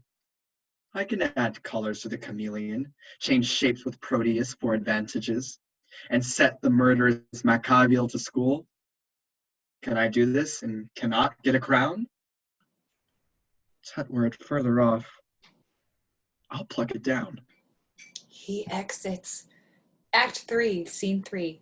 As Queen Margaret pursues the French King Louis to support her and Prince Edward, Warwick arrives with the offer of marriage from King Edward to Lady Bona. The offer is accepted, and Louis promotes to support King Edward. News then arrives of King Edward's marriage to Lady Grey. Louis shifts his support once more to Margaret, and Warwick, humiliated, turns against Edward. Preparations are made for Warwick to lead French troops against Edward and Margaret, following later with another large French army. Scene 3. Flourish. Enter Louis, the French king, and his sister, the Lady Bona. His admiral called Bourbon, Prince Edward, Queen Margaret, and the Earl of Oxford, the last three wearing the red rose. Louis sits and riseth up again. Fair Queen of England, worthy Margaret, sit down with us. It ill befits thy state and birth that thou shouldst stand while Louis doth sit. No, mighty King of France. Now Margaret must strike her sail and learn a while to serve, where kings command. I was, I must confess, great Albion's queen in former golden days, but now mischance hath trod my title down, and with dishonour laid me on the ground, where I must take like seat unto my fortune, and to my humble seat conform myself. Why, say, fair queen, whence springs this deep despair? From such a cause as fills mine eyes with tears, and stops my tongue while heart is drowned in cares. Whate'er be it be thou still like thyself, and sit thee by our side, yield not thy neck to fortune's yoke, and let thy dauntless mind still ride in triumph over all mischance. Be plain, Queen Margaret, and tell thy grief. It shall be eased if France can yield relief. Those gracious words revive my drooping thoughts, and give my tongue-tied sorrows leave to speak. Now, therefore, let it be known, noble Louis, that Henry, sole possessor of my love, is of a king become a banished man and forced to live in Scotland, a forlorn, while proud ambitious Edward, Duke of York, usurps the regal title and the seat of England's true anointed lawful king. This is the cause that I, poor Margaret, and this my son, Prince Edward, Henry's heir, am come to crave thy just and lawful aid, and if thou fails us, all our hope is done. Scotland hath will to help, but cannot help. Our people and our peers are both misled, our treasure seized, our soldiers put to fight, and, as thou seest, ourselves in heavy plight. Renowned queen, with patience calm the storm, while we bethink a means to break it off. The more we stay, the stronger grows our foe. The more I stay, the more I'll secure thee. Oh, but impatience waiteth on true sorrow. Enter Warwick, wearing the white rose. And see where comes the breeder of my sorrow. What he approacheth boldly to our presence. Our Earl of Warwick, Edward's greatest friend. Welcome, brave Warwick. What brings thee to France? He descends, she ariseth. Aye, now begins a second storm to rise, for this is he that moves both wind and tide. From worthy Edward, King of Albion, my lord and sovereign and thy vowed friend, I come in kindness and unfeigned love, first to do greetings to thy royal person, and then to crave a league of amity, and lastly to confirm that amity with a nuptial knot, if thou vouchsafe to grant that virtuous Lady Bona, thy fair sister, to England's king in lawful marriage. If that go forward, Henry's hope is done. And gracious madam, in our king's behalf, I am commanded with your leave and favor humbly to kiss your hand, and with my tongue to tell the passion of my sovereign's heart, where fame late entering at his heedful ears hath placed thy beauty's image and thy virtue. King Louis and Lady Bona, hear me speak before you answer, Warwick. His demand springs not from Edward's well-meant honest love, but from deceit, bred by necessity. For how can tyrants safely govern home unless abroad they purchase great alliance? To prove him tyrant, this reason may suffice, that Henry liveth still, but were he dead, yet here Prince Edward stands, King Henry's son. Look, therefore, Louis, by this league and marriage thou draw not on thy danger and dishonor, for thou usurpers sway the rule a while, yet heavens are just, and time suppresseth wrongs. Injurious Margaret? And why not queen? Because my father Henry did usurp, and though no more art prince than she is queen. Then Warwick did John of Gaunt, which did subdue the greatest part of Spain. And after John of Gaunt, Henry IV, whose wisdom was mirror to the wisest. And after that, wise Prince Henry V, who by his prowess conquered all France. From these our Henry lineally descends. Oxford, how haps it in this smooth discourse, you told not Henry VI hath lost all that which Henry V had gotten. Methinks these peers of France should smile at that, but for the rest you tell a pedigree of threesome and 2 years, a silly time to make prescriptions for a kingdom's worth. Why, Warwick, canst thou speak against thy liege, whom thou obeyed 36 years, and not bewray thy treason with a blush? Can Oxford, that did ever fence the right, now buckler falsehood with a pedigree? Poor shame. Leave Henry and call Edward. Call him my king, by whose injurious doom my elder brother, the Lord Aubrey Vere, was done to death. And more than so, my father, even in the downfall of his mellowed years, when nature brought him to the door of death. No, Warwick, no. While life upholds this arm upholds the house of Lancaster. And I the house of York. But Queen Margaret, Prince Edward, and Oxford vouchsafe at our request to stand aside while I use further conference with Warwick. They stand aloof. You're muted, Rachel. Court Margaret. Fuck! It's so good too. Heavens grant that Warwick's words bewitch him not. Now, Warwick, tell me, even upon the conscience is Edward your true king? For I were loth to link with him that were not lawful chosen. Thereon I pawn my credit and mine honor. But is he gracious in the popular eyes? The more that Henry was unfortunate.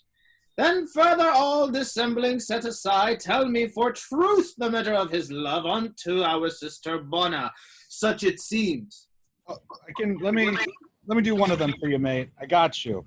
Then further all dissembling set aside, tell me for truth the measure of his love unto our sister Bona. Such it seems as may beseem a monarch like himself. Myself have often heard him say and swear that this is his love with an eternal plant, whereof the root was fixed in virtue ground, the leaves and fruit maintained with beauty sons exempt from envy, but not from disdain, unless the Lady Bonnet quit his pain. Now, sister, let us hear your firm resolve. Your grant or your denial shall be mine. Yet I confess that often ere this day, when I have heard your king's desert recounted, mine ear hath tempted judgment to desire. Then, Warwick, thus our sister shall be Edward's. I lost my line. And now forthwith shall articles be drawn, touching the jointure that our king must make, which with her dowry shall be counterpoised. Draw near, Queen Margaret, and be a witness that Bona shall be wife to the English king. To Edward, but not to the English king. Deceitful Warwick, it was thy device by this alliance should make void my suit there before thy coming. Lewis was Henry's friend. And still is friend to him and Margaret. But if your title to the crown be weak, as may appear by Edward's good success, then 'tis but reason that I be released from giving aid which late I promised. Yet shall you have all kindness at my hand, that your estate requires and mine can yield. Henry now lives in Scotland at his ease, where having nothing can he lose. And as for you yourself, our quondam queen, you have a father able to maintain you, and better 'twere you troubled him than France. Peace! Impudent and shameless Warwick, proud setter up and puller down of kings. I will not hence with my talk and tears, both full of truth, I make King Louis behold thy sly conveyance and thy lord's false love. For both of you are birds of self-same feather. Post blowing a horn within. Warwick, this is some post to us, or thee. Enter the post. My Lord lord, Ambassador. you go.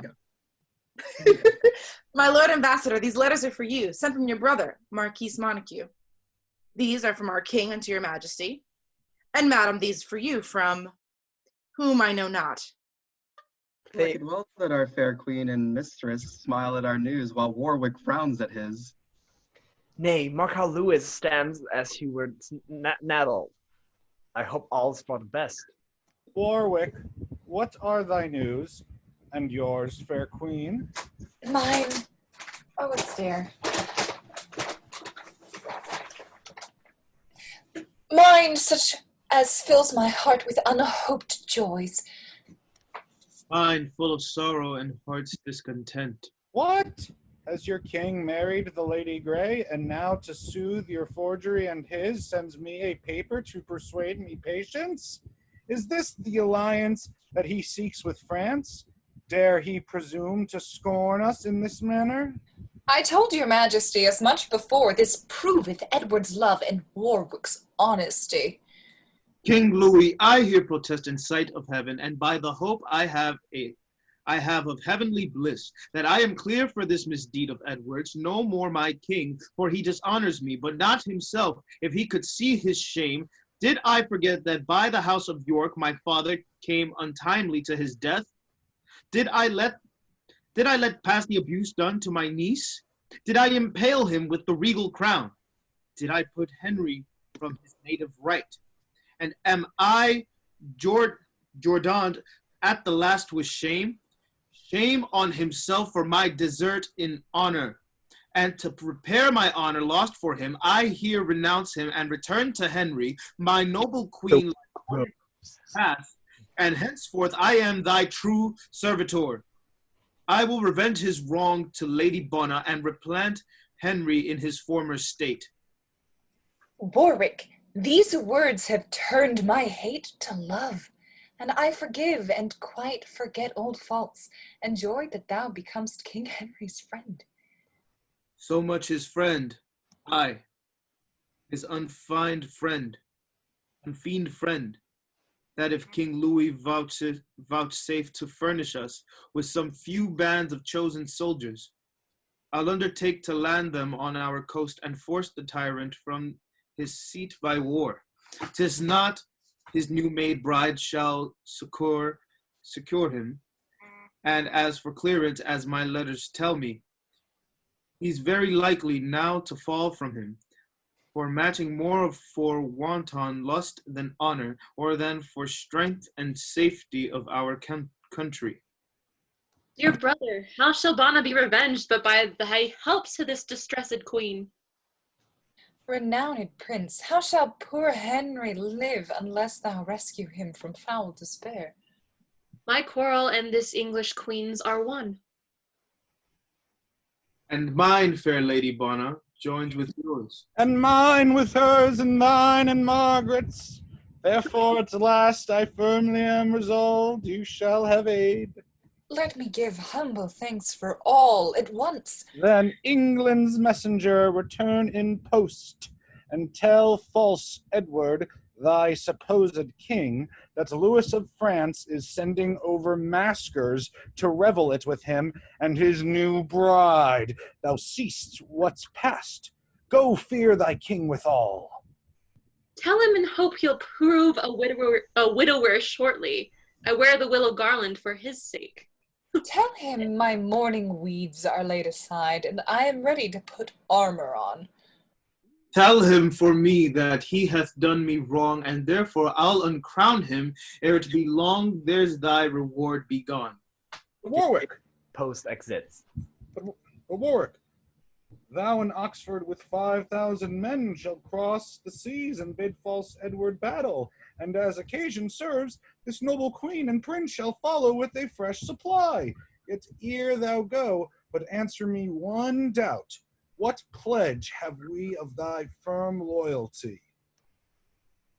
This shall assure my constant loyalty, that if our queen and this young prince agree, I'll join mine eldest daughter and my joy to him forthwith in holy wedlock bands.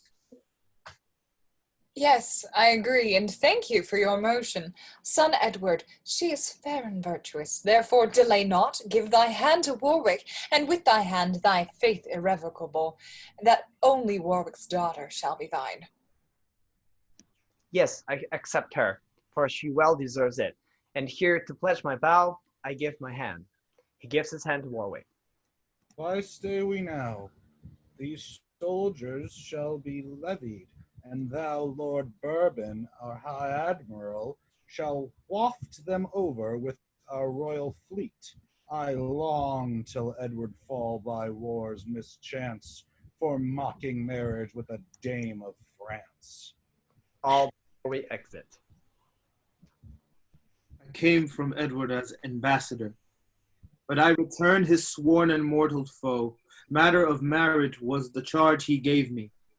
But dreadful war shall answer his demand. Had he none else to make a stale but me? then none but I shall turn to just his sorrow. I was the chief that raised him to the crown, and I'll be chief to bring him down again. Not that I pity Henry's misery, but seek revenge on Edward's mockery. He exits. Relatable. What wrote?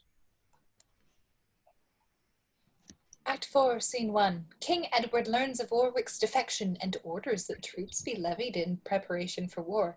Clarence decides to join Warwick in return for the hand of Warwick's younger daughter in marriage. Scene 1. Enter Richard of Gloucester, Clarence, Somerset, and Montague, all wearing the white rose. Now tell me, brother Clarence, what think you of this new marriage with the Lady Grey? Had not our brother made a worthy choice? Alas, you know 'tis far from hence to France. How could he stay till Warwick made return? Flourish.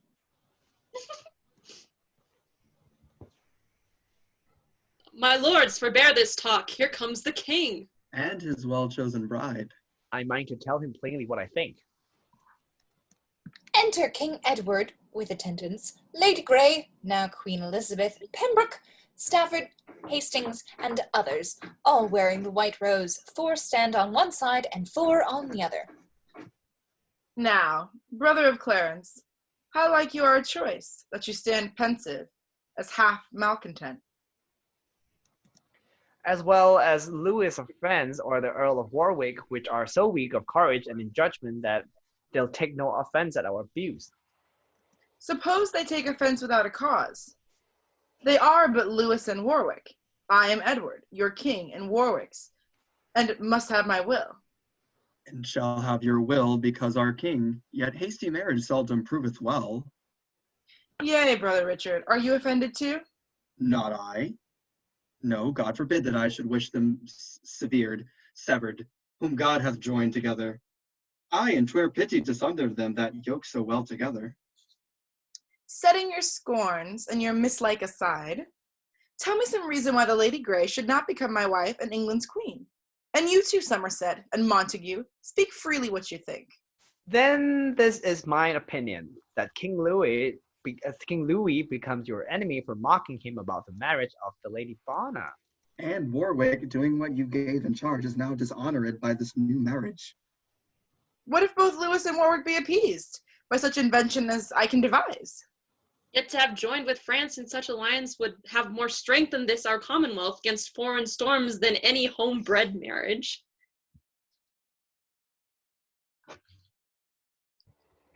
Why knows not Montague that of itself England is safe, if true within itself? But the saver when 'tis backed with France. 'Tis better using France than trusting France. Let us be backed with God and with the seas, which he hath given. Here, I can do that. Which he hath given. Piglet, please stop. Which he hath given for fence impregnable, and with their helps only defend ourselves. In them and in ourselves our safety lies. For this one speech, Lord Hastings well deserves to have the heir of the Lord Hungerford. Aye, what of that? It was my will and grant, and for this once my will shall stand for law. And yet methinks your grace hath not done well, to give the heir and daughter of Lord Scales unto the brother of your loving bride. She better would have fitted me or Clarence, but in your bride you bury brotherhood. Or else you would not have bestowed the heir of the Lord Bonville on your new wife's son, and leave your brothers to go speed elsewhere. Alas, poor Clarence, is it for a wife thou art malcontent? I will provide thee. In choosing for yourself, you showed your judgment, which, being shallow, you shall give me leave to play the brooker in mine own behalf. That end, I shortly mind to leave you. Leave me or tarry. Edward will be king, and not be tied unto his brother's will. My lords, before it pleased his majesty to raise my state to title of a queen, do me but right, and you must all confess that I was not ennoble of descent, and meaner than myself have had like fortune. But as this title honors me and mine, so your dislikes, to whom I would be pleasing, doth cloud my joys with danger and with sorrow. My love, forbear to fawn upon their frowns. What danger or what sorrow can befall thee, so long as Edward is thy constant friend, and their true sovereign, whom they must obey? Nay, whom they shall obey, and love thee too, unless they seek for hatred at my hands, which if they do, yet I will keep thee safe, and they shall feel the vengeance of my wrath. I hear, yet say not much, but think the more. Enter a post. Now, messenger, what letters or what news from France?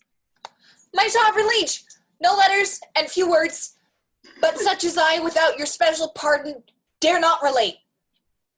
So too, we pardon thee. Therefore, in brief, tell me their words as near as thou can guess them. What answer makes King Louis unto our letters? Am I depart? These were his very words. Go tell false Edward, the supposed king, that Louis of France is sending over maskers to revel it with him and his new bride. Is Louis so brave? Belike he thinks me Henry. But what said Lady Bona to my marriage? These were her words, uttered with mild disdain. Tell him, in hope, he'll provide a widower shortly, and I'll wear the willow garland for his sake. I blame not her. She could say little less. She had the wrong. But what said Henry's queen? For I have heard she was there in place. Tell him, quoth she, my mourning weeds are done, and I am ready to put armor on. Belike she minds to play the Amazon. But what said Warwick to these injuries? He, more incensed against your majesty than all the rest, discharged me with these words. Tell him from me that he hath done me wrong, and therefore I'll uncrown him ere 'tbe long. Ha! Durst the traitor breathe out so proud words? Well, I will arm me, being thus forewarned. They shall have wars and pay for their presumption. But say, is Warwick friends with Margaret? Aye, gracious sovereign, they are so linked in friendship that young Prince Edward marries Warwick's daughter. Like the elder, Clarence will have the younger. Now, brother king, farewell and sit you fast, for I will hence to Warwick's other daughter, that though I want a kingdom, yet in marriage I may not prove inferior to yourself. You that love me and Warwick, follow me. Clarence exits and Somerset follows. Not I. My thoughts aim at a further matter. I stay not for the love of Edward, but the crown. Clarence and Somerset, both gone to Warwick? Yet am I armed against the worst can happen? And haste is needful in this desperate case. Pembroke and Stafford, you in our behalf, go levy men and make prepare for war. They are already, or quickly will be, landed. Myself in person will straight follow you. Pembroke and Stafford exit. But ere I go, Hastings and Montague, resolve my doubt, you twain of all the rest, are near to Warwick by blood and by alliance. Tell me if you love Warwick more than me. If it be so, then both depart to him. I rather wish you foes than hollow friends. But if you mind to hold your true obedience, give me assurance with some friendly vow, that I may never have you in suspect. So God help Montague as he proves true. And Hastings as he favors Edward's cause. Now, brother Richard, will you stand by us?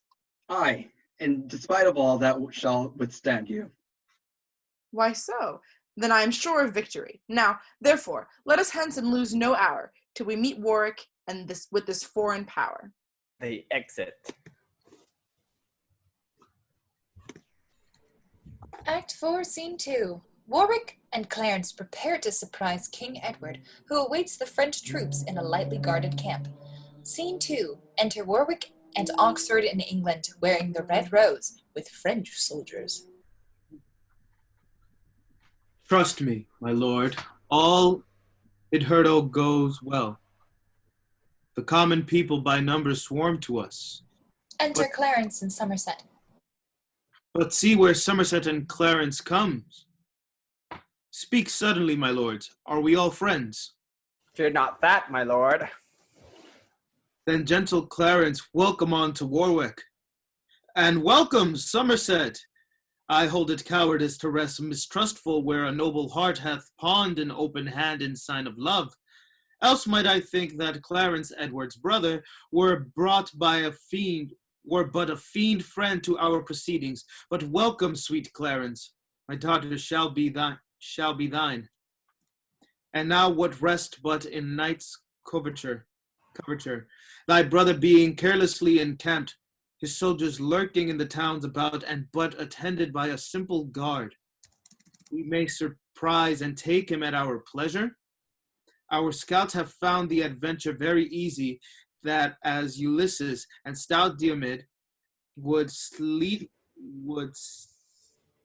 and manhood, stole to Rhesus' tents, and brought from thence the Thracian fatal steeds, so we, well covered with the right black mantle, at unwaries may beat down the Edward's guard, and seize himself, I say not slaughter him, for I intend but only to surprise him.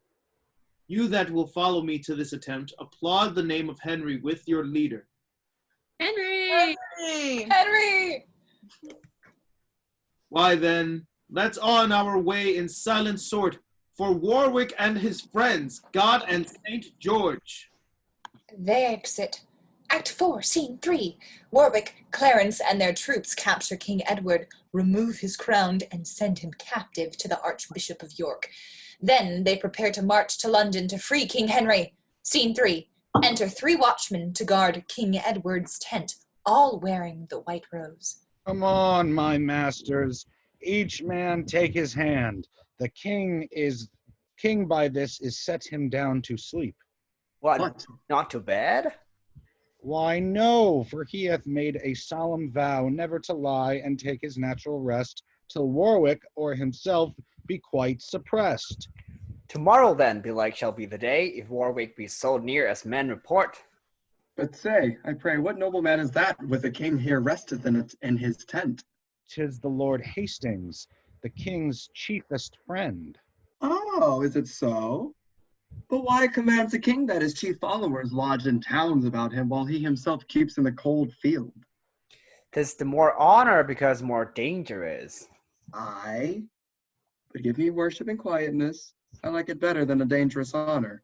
If Warwick knew in what estate he stands, 'tis to be doubted he would waken him. Unless our halberds did shut up his passage. Aye, wherefore else guard we his loyal tent but to defend his person from night falls? Enter Warwick, Clarence, Oxford, Somerset, all wearing the red rose, and French soldiers, silent all. This is his tent, and see where stand his guard. Courage, my masters, honor now or never, and follow me, and Edward shall be ours. Who goes there? Nay, or thou diest! Warwick and all the rest cry, Warwick, Warwick, and set upon the guard who fly, crying, Arm, arm! Warwick and the rest following them, the drum playing, the trumpet sounding, enter Warwick, Somerset, and the rest, bring King Edward out in his gown, sitting in a chair. Richard and Hastings flies over the stage. What are they that fly there? Richard and Hastings, let them go. Here is the Duke. The Duke? Why, Warwick, when we parted, thou calledst me king. Aye, but the case is altered. When you disgraced me in my embassade, then I degraded you from being king, and come now to create you Duke of York. Alas, how should you govern my kingdom that now not how to ambassadors, nor how to be contented with one wife, nor how to use your brothers brotherly, nor how to study for the people's welfare, nor how to shrewd yourself from enemies? Yeah, brother of Clarence, art thou here too? Nay, then I see that Edward needs must down. Yet Warwick, in despite of all mischance, of thee thyself, and all thy accomplices, Edward will always bear himself as king. Though fortune's malice overthrow my state, my mind exceeds the compass of her wheel. Then for his mind be Edward England's king. Takes off his crown. But Henry now shall wear the English crown, and be true king indeed. Thou but the shadow, my lord of Somerset, at my request. See that forthwith Duke Edward be conveyed unto my brother Archbishop of York. When I have fought with Pembroke and his fellows, I'll follow you and tell what answer Lewis and Lady Bona sends to him. Now for a while, farewell, good Duke of York. They begin to lead him out forcibly. What fates impose that men must needs abide? It boots not to resist both wind and tide. Somerset and soldiers exit, guarding King Edward.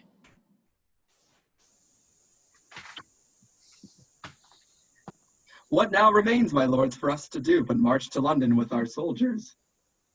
Aye, that's the first thing that we have to do. To free King Henry from imprisonment and see him seated in the regal throne. They exit. Act 4, Scene 4. King Edward's wife, Queen Elizabeth, hearing of Edward's capture, fears for her life and that of her unborn child. She seeks sanctuary. Yeah, Scene 4. Enter Rivers and Queen Elizabeth wearing the white rose. Madam, Go. what makes you in this sudden change? Why, Brother Rivers, are you yet to learn what late misfortune has befallen King Edward? What? Loss of some pitched battle against Warwick. No, but the loss of his own royal person. Then is my sovereign slain?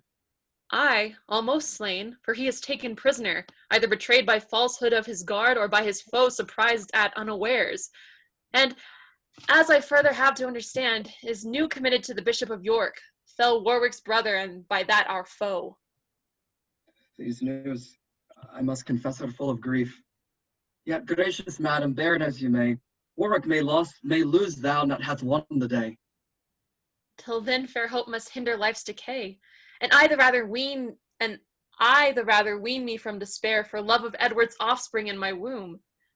This is it that makes me bridle passion and bear with mildness my misfortune's cross. Aye, for this I draw in many a tear and stop the rising of blood-sucking sighs, lest with my sighs or tears I blast or drown King Henry's fruit, true heir to the English crown. But madam, where is Warwick then become? I am informed that he comes towards London to set the crown once more on Henry's head. Guess thou the rest, King Edward's friends must down. But to prevent the tyrant's violence, for trust not him that hath once broken faith, I'll hence forthwith unto the sanctuary to save at least the heir of Edward's right. There shall I rest secure from force and fraud. Come, therefore, let us fly while we may fly. If Warwick takes us, we are sure to die. They exit. Act 4, Scene 5. Richard rescues King Edward from his captivity. They prepare to sail to Flanders. Scene 5. Enter Richard of Gloucester, Lord Hastings, and Sir William Stanley. Stanley, with soldiers all wearing the white rose. Now, my Lord Hastings and Sir William Stanley, leave off to wonder why I drew you hither into this chiefest thicket of the park. Thus stands the case. You know our king, my brother, is prisoner to the bishop here, at whose hands he hath good usage and great liberty, and often but attended with weak guard, comes hunting this way to disport himself. I have advertised him by secret means, that if about this hour he make this way, under the color of his usual game, he shall here find his friends with horse and men to set him free from his captivity. Enter King Edward wearing the white rose and a huntsman with him. This way, my lord, for this way lies the game. Nay, this way, man. See where the huntsmen stand? Now, brother of Gloucester, Lord Hastings and the rest, stand you close to steal the bishop's deer? Brother, the time and case requireth haste. Your horse stands ready at the park corner. But whither shall we then? To Lynn, my lord, and shipped from thence to Flanders. Well, guest, believe me, for that was my meaning. Stanley, I will require that I will requite thy forwardness. But wherefore stay we? 'Tis no time to talk. Huntsman, what sayest thou? Wilt thou go along? Better do so than tarry and be hanged. Come then, away! Let us no more ado. Bishop, farewell. Shield thee from Warwick's frown, and pray that I may repossess the crown. They exit. Act 4, Scene 6. Warwick rescues King Henry from imprisonment in the Tower of London. Henry turns over the government to Warwick and Clarence. Scene 6. Flourish. Enter King Henry VI, Clarence, Warwick, Somerset, young Henry, Earl of Richmond, Oxford, Montague, all wearing the red rose, and Lieutenant of the Tower. Master Lieutenant, now that God and friends have shaken Edward from the regal seat and turned my captive state to liberty, My fear to hope, my sorrows unto joys. At our enlargement, what are they? Nope. At our enlargement, what are thy due fees? Subjects may challenge nothing of their sovereigns, but if an humble prayer may prevail, then I crave pardon of your majesty. For what, lieutenant? For well using me? Nay, be thou sure I'll be requite thy kindness. No, nope, nay, be thou sure I'll well requite thy kindness, for that it made my imprisonment a pleasure. Aye, such a pleasure as encaged birds conceive when, after many moody thoughts, at last by notes of household harmony, they quite forget their loss of liberty. But Warwick, after God thou sett'st me free, and chiefly therefore I thank God and thee. He was the author, thou the instrument. Therefore, that I may conquer fortune's spite by living low where fortune cannot hurt me, and that the people of this blessed land may not be punished with my thwarting stars. Warwick, although my head still wear the crown, I here resign my government to thee. For thou art fortunate in all thy deeds. Your grace hath still been found for virtuous, and now may seem as wise as virtuous, by spying and avoiding fortune's malice.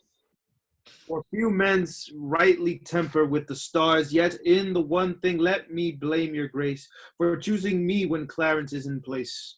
No, Warwick, thou art worthy of the sway, to whom the heavens in thy nativity adjudged an olive branch and laurel crown as likely to be blessed in peace and war, and therefore I yield thee my free consent. And I choose Clarence only for protector. Warwick and Clarence, give me both your hands. Now join your hands, and with your hands your heart, that no dissension hinder government. He joins their hands. I make you both protectors of this land, while I myself will lead a private life and in devotion spend my latter days to sin's rebuke and my Creator's praise. Answers Clarence to his sovereign's will. That he consents, if Warwick yield consent, for on thy fortune I repose myself. Why then? Thou loath, yet I must be content. We'll yoke together like a double shadow to Henry's body and supply his place. I mean in bearing weight of government, while he enjoys the honor and his ease. And Clarence, now then it is more than needful, for with the Edward be pronounced a traitor and all his lands and goods confiscated. What else? And that succession be determinate. Aye, therein Clarence shall not want his part. But with the first of all your chief affairs, let me entreat, for I command no more, that Margaret your queen and son my Edward be sent for to return from France with speed. For till I see them here, my doubtful fear, my joy of liberty is half eclipsed. It shall be done, my sovereign, with all speed. My lord of Somerset, what youth is that of whom you seem to have so tender care? My liege, it is young Henry, Earl of Richmond. Come hither, England's hope. Lays his hand on Richmond's head. If secret powers suggest but truth to my divining thoughts, this pretty lad will prove our country's bliss. His looks are full of peaceful majesty. His head by nature framed to wear a crown, his hand to wield a scepter, and himself likely in time to bless a regal throne. Make much of him, my lords, for this is he must help you more than you are hurt by me. Enter a post. What news, my friend? That Edward is escaped from your brother and fled, and as he years since to Burgundy. Unsavory news. But how made he escape? He was conveyed by Richard, Duke of Gloucester, and the Lord Hastings, who attended him in secret ambush on the forest side, and from the bishop's huntsman rescued him, for hunting was his daily exercise. My brother was too careless of his charge. But let us hence, my sovereign, to provide a salve for any sore that may betide. All but Somerset, Richmond, and Oxford exit. My lord, I like not of this flight of Edward's, for doubtless Burgundy will yield him help, and we shall have more wars before it be long, as Henry's late presaging prophecy did glad my heart with hopes of this young Richmond.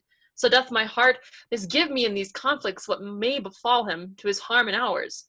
Therefore, Lord Oxford, to prevent the worst, forthwith we'll send him hence to Brittany, till storms be past of civil enmity. Aye, for if Edward repossess the crown, 'tis like that Richmond with the rest shall down. It shall be so. He shall to Brittany. Come, therefore, let's about it speedily. They exit. Act 4, Scene 7. Edward, having returned from Flanders with a supporting army, enters the city of York, claiming that he wants only his dukedom. Once inside the gates, and at the urging of his followers, he again asserts his right to the crown. What a tricky bastard. Scene 7. Flourish! Enter King Edward, Richard, Hastings, and soldiers, all wearing the white rose. Now, brother Richard, Lord Hastings, and the rest, yet thus far fortune maketh us amends, and says that once more I shall interchange my waned state for Henry's regal crown.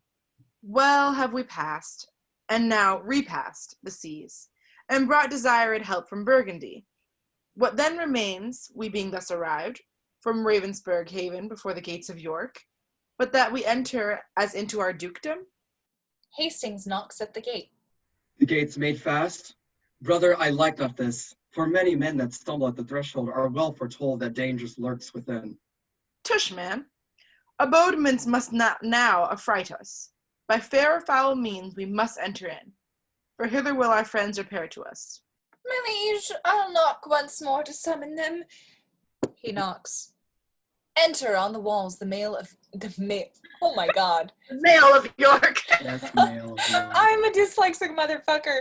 Enter on the walls the mayor of York and his brethren, the aldermen. My lords, we were forewarned of your coming, and shut the gates for safety of ourselves. For now we owe allegiance unto Henry. But Master Mayor, if Henry be your king, yet Edward, at the least, is Duke of York. Oh, gosh. Oh, true, my good lord. I know you for no less. Why? And I challenge nothing but my dukedom, as being well content with that alone. But when the fox hath got one in his nose, he'll soon find means to make the body follow. Why, Master Mayor, why stand you in doubt? Open the gates. We are King Henry's friends. Aye, say you so? The gates shall then be opened. He descends with the aldermen. Why, stout captain, and soon persuaded.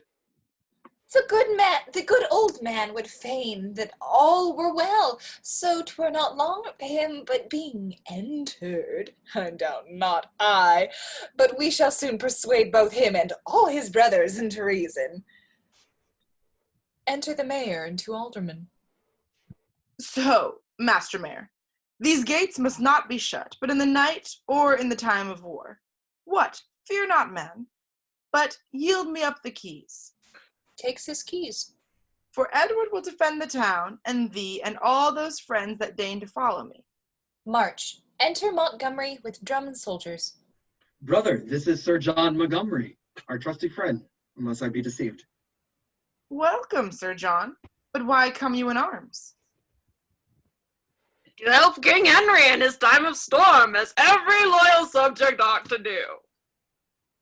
Thanks, good Montgomery, but we now forget our title to the crown, and only claim our dukedom, till God please to send the rest. Then fare ye well, for I will hence again. I came to serve a king and not a duke. Drummer, strike up and let us march away. The drum begins to march. Nay, stay, Sir John, a while, and we'll debate by what safe means the crown may be recovered. What talk you of debating? In few words, if you'll not be here, proclaim yourself our king. I'll leave you to your fortune and be gone to keep them back that come to succor you. Why shall we fight if you pretend no title? Why, brother, wherefore stand you on nice points? When we grow stronger, then we'll make our claim. Till then, 'tis wisdom to conceal our meaning.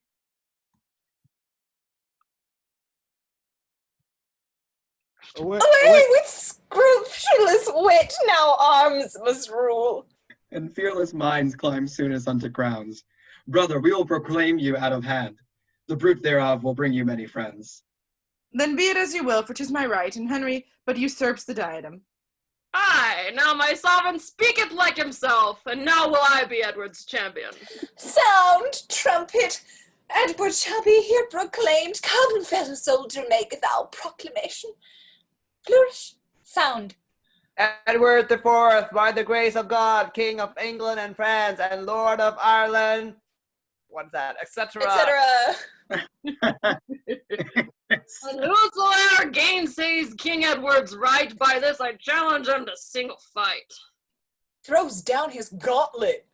Long live Edward the Fourth. Thanks, brave Montgomery, and thanks unto you all. If fortune serve me, I'll requite this kindness. Now, for this night, let's harbor here in York, and when the morning sun shall rise his car above the borders of this horizon, we'll forward towards Warwick and his mates, for well I wot that Henry is no soldier. Ah, forward, Clarence, how evil it beseems thee to flatter Henry and forsake thy brother. Yet, as we may, we'll meet both thee and Warwick. Come on, brave soldiers, doubt not of the day, and that once gotten, doubt not of large pay. They exit. Act 4, Scene 8. King Henry left at the Bishop's Palace in London while Warwick and the other Lancastrian leaders search for additional troops, is captured by King Edward and once again imprisoned. King Edward then marches towards Coventry to combat Warwick. Scene 8. Flourish. Enter King Henry, Warwick, Montague, Clarence, Oxford, and Exeter, all wearing the red rose. What counsel, lords? Edward from Belgia, with hasty Germans and blunt Hollanders, hath paced in safety through the narrow seas, and with troops doth march amain into London, and many giddy people flock to him.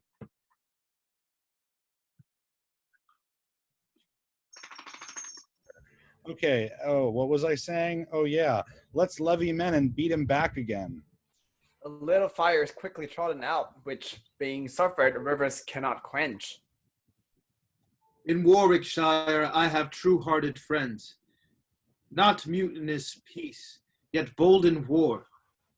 Those will I muster up, and thou, son Clarence, shalt stir up in Suffolk, Norfolk, and in Kent. The knights and gentlemen come with thee. Thou, brother Montague and Buckingham, Northampton and Leicester, shalt find men well inclined to hear what thou commandest, and thou, brave Oxford, wondrous, well beloved in Oxfordshire, shalt muster up thy friends, my sovereign, with the loving citizens, like to this island girt in with this ocean, or Maud's Diane, circled with her nymphs, shall rest in London till we come to him. Fair lords, take leave and stand not to reply. Farewell, my sovereign. Farewell, my Hector and my Troy's true hope. In of truth, I kissed your highness's hand. Aha, well-minded, Clarence, be thou fortunate. Comfort my lord, and so I take my leave. And thus I seal my truth and bid adieu. He kisses Henry's hand. Sweet Oxford and my loving Montague, and all at once more a happy farewell. Farewell, sweet lords. Let's meet at Coventry. All but King Henry and Exeter exit. Here at the palace will I rest a while. Cousin of Exeter, what thinks your lordship? Methinks the power that Edward hath in field should not be able to encounter mine. The doubt is that he will seduce the rest. It's not my fear. My meed hath got me fame. I have not stopped mine ears to their demands, nor posted off their suits with slow delays. My pity hath been balm my pity hath been balm to heal their wounds. My mildness hath allayed their swelling griefs. My mercy dried their water-flowing tears. I have not been desirous of their wealth, nor much oppressed them with great subsidies, nor forward of revenge, though they much erred. Then why should they love Edward more than me? No, Exeter, these graces challenge grace, and when the lion fawns upon the lamb will never cease to follow him. Shout within, "A York! A York!" Hark, hark, my lord, what shouts are these? Enter King Edward and Richard and soldiers, all wearing the white rose. Seize on the shame-faced Henry, bear him hence, and once again proclaim us King of England. You are the fount that makes small brooks to flow.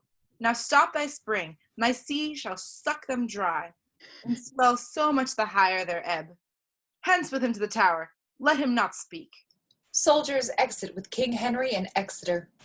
And lords, towards Coventry bend we our course, where peremptory Warwick now remains.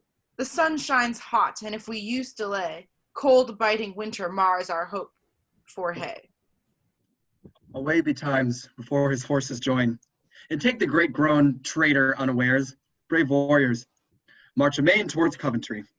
They exit. Act 5, Scene 1. At Coventry, Warwick awaits the arrival of Clarence. Other forces arrive in Warwick's support. King Edward then arrives and is joined by his own supporting troops. When Clarence finally appears, he turns against Warwick and once more joins his brothers in supporting the Yorkist cause. Warwick and his forces leave Coventry to fight the Yorkists at the Battle of Barnet. Scene 1. Enter Warwick wearing the red rose, the mayor of Coventry, 2 messengers, and others upon the walls. Where is the post that came from valiant Oxford? How far hence is thy lord, mine honest fellow? By this at Dunsmore, marching hitherward. He exits. How far off is our brother Montague? Where is the post that came from Montague? By this at Dantry, with a puissant troop. He exits. Enter, upon the walls, Somerville wearing the red rose. Say, Somerville, what says my loving son? And by thy guess, how high is Clarence now? Yet seldom I did leave him with his forces, and do expect him here some 2 hours hence. Drum off stage. Then Clarence is at hand. I hear his drum. Sorry. It is not his, my lord. Here Southam lies. The drum your honor hears marches from Warwick. Who should that be? Be like unlooked for friends? They are at hand, and you shall quickly know. March, flourish, enter, below.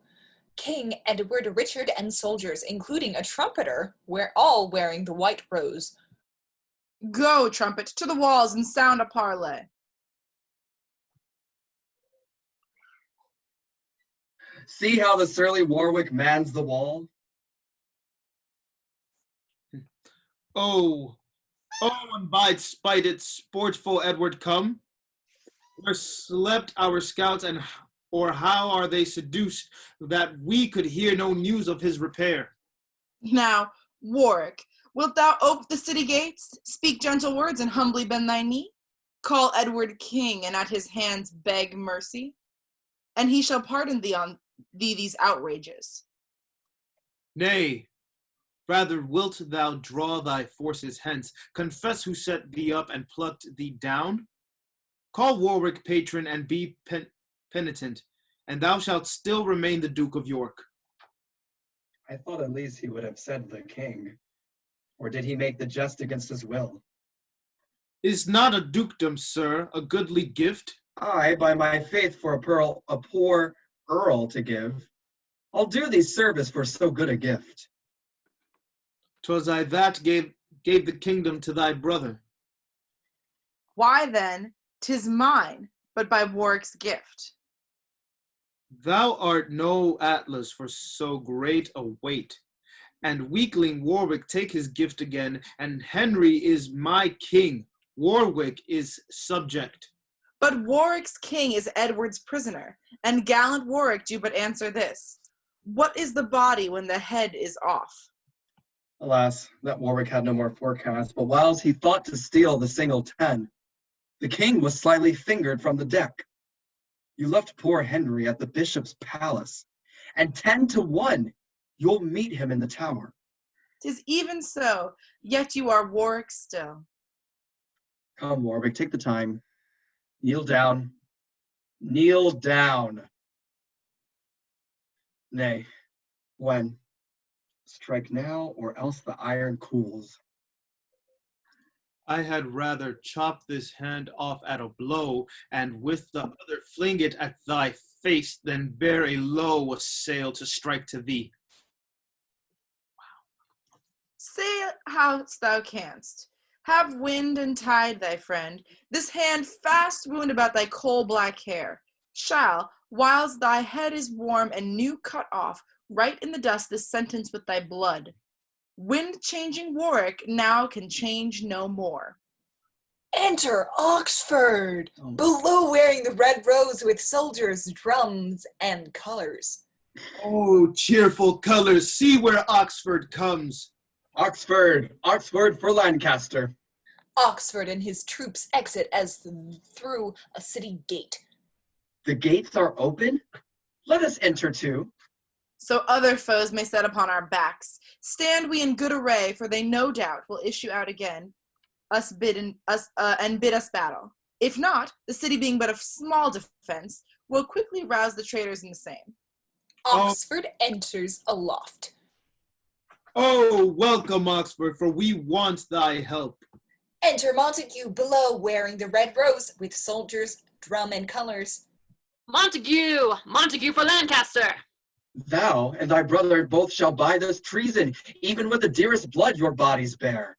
Montague and his troops exit as through a city gate.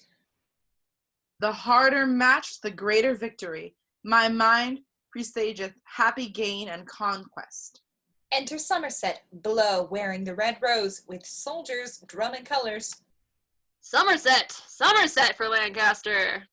Two of thy name, both dukes of Somerset, have sold their lives into the house of York? And thou shalt be the third of this sword hold. Somerset and his troop exit through as through a city gate. Enter Clarence below wearing the red rose with soldiers, drum, and colors. And lo, where George of Clarence sweeps along, a force enough to bid his brother battle, with whom an uptight zeal to right prevails more than the nature of a brother's love. Come, Clarence, come, thou wilt if Warwick call. Father of Warwick, know you what this means? He removes the red rose. Look, here I throw my infamy at thee. He throws the rose at Warwick. I will not ruinate my father's house, who gave his blood to lime the stones together and settle Lancaster.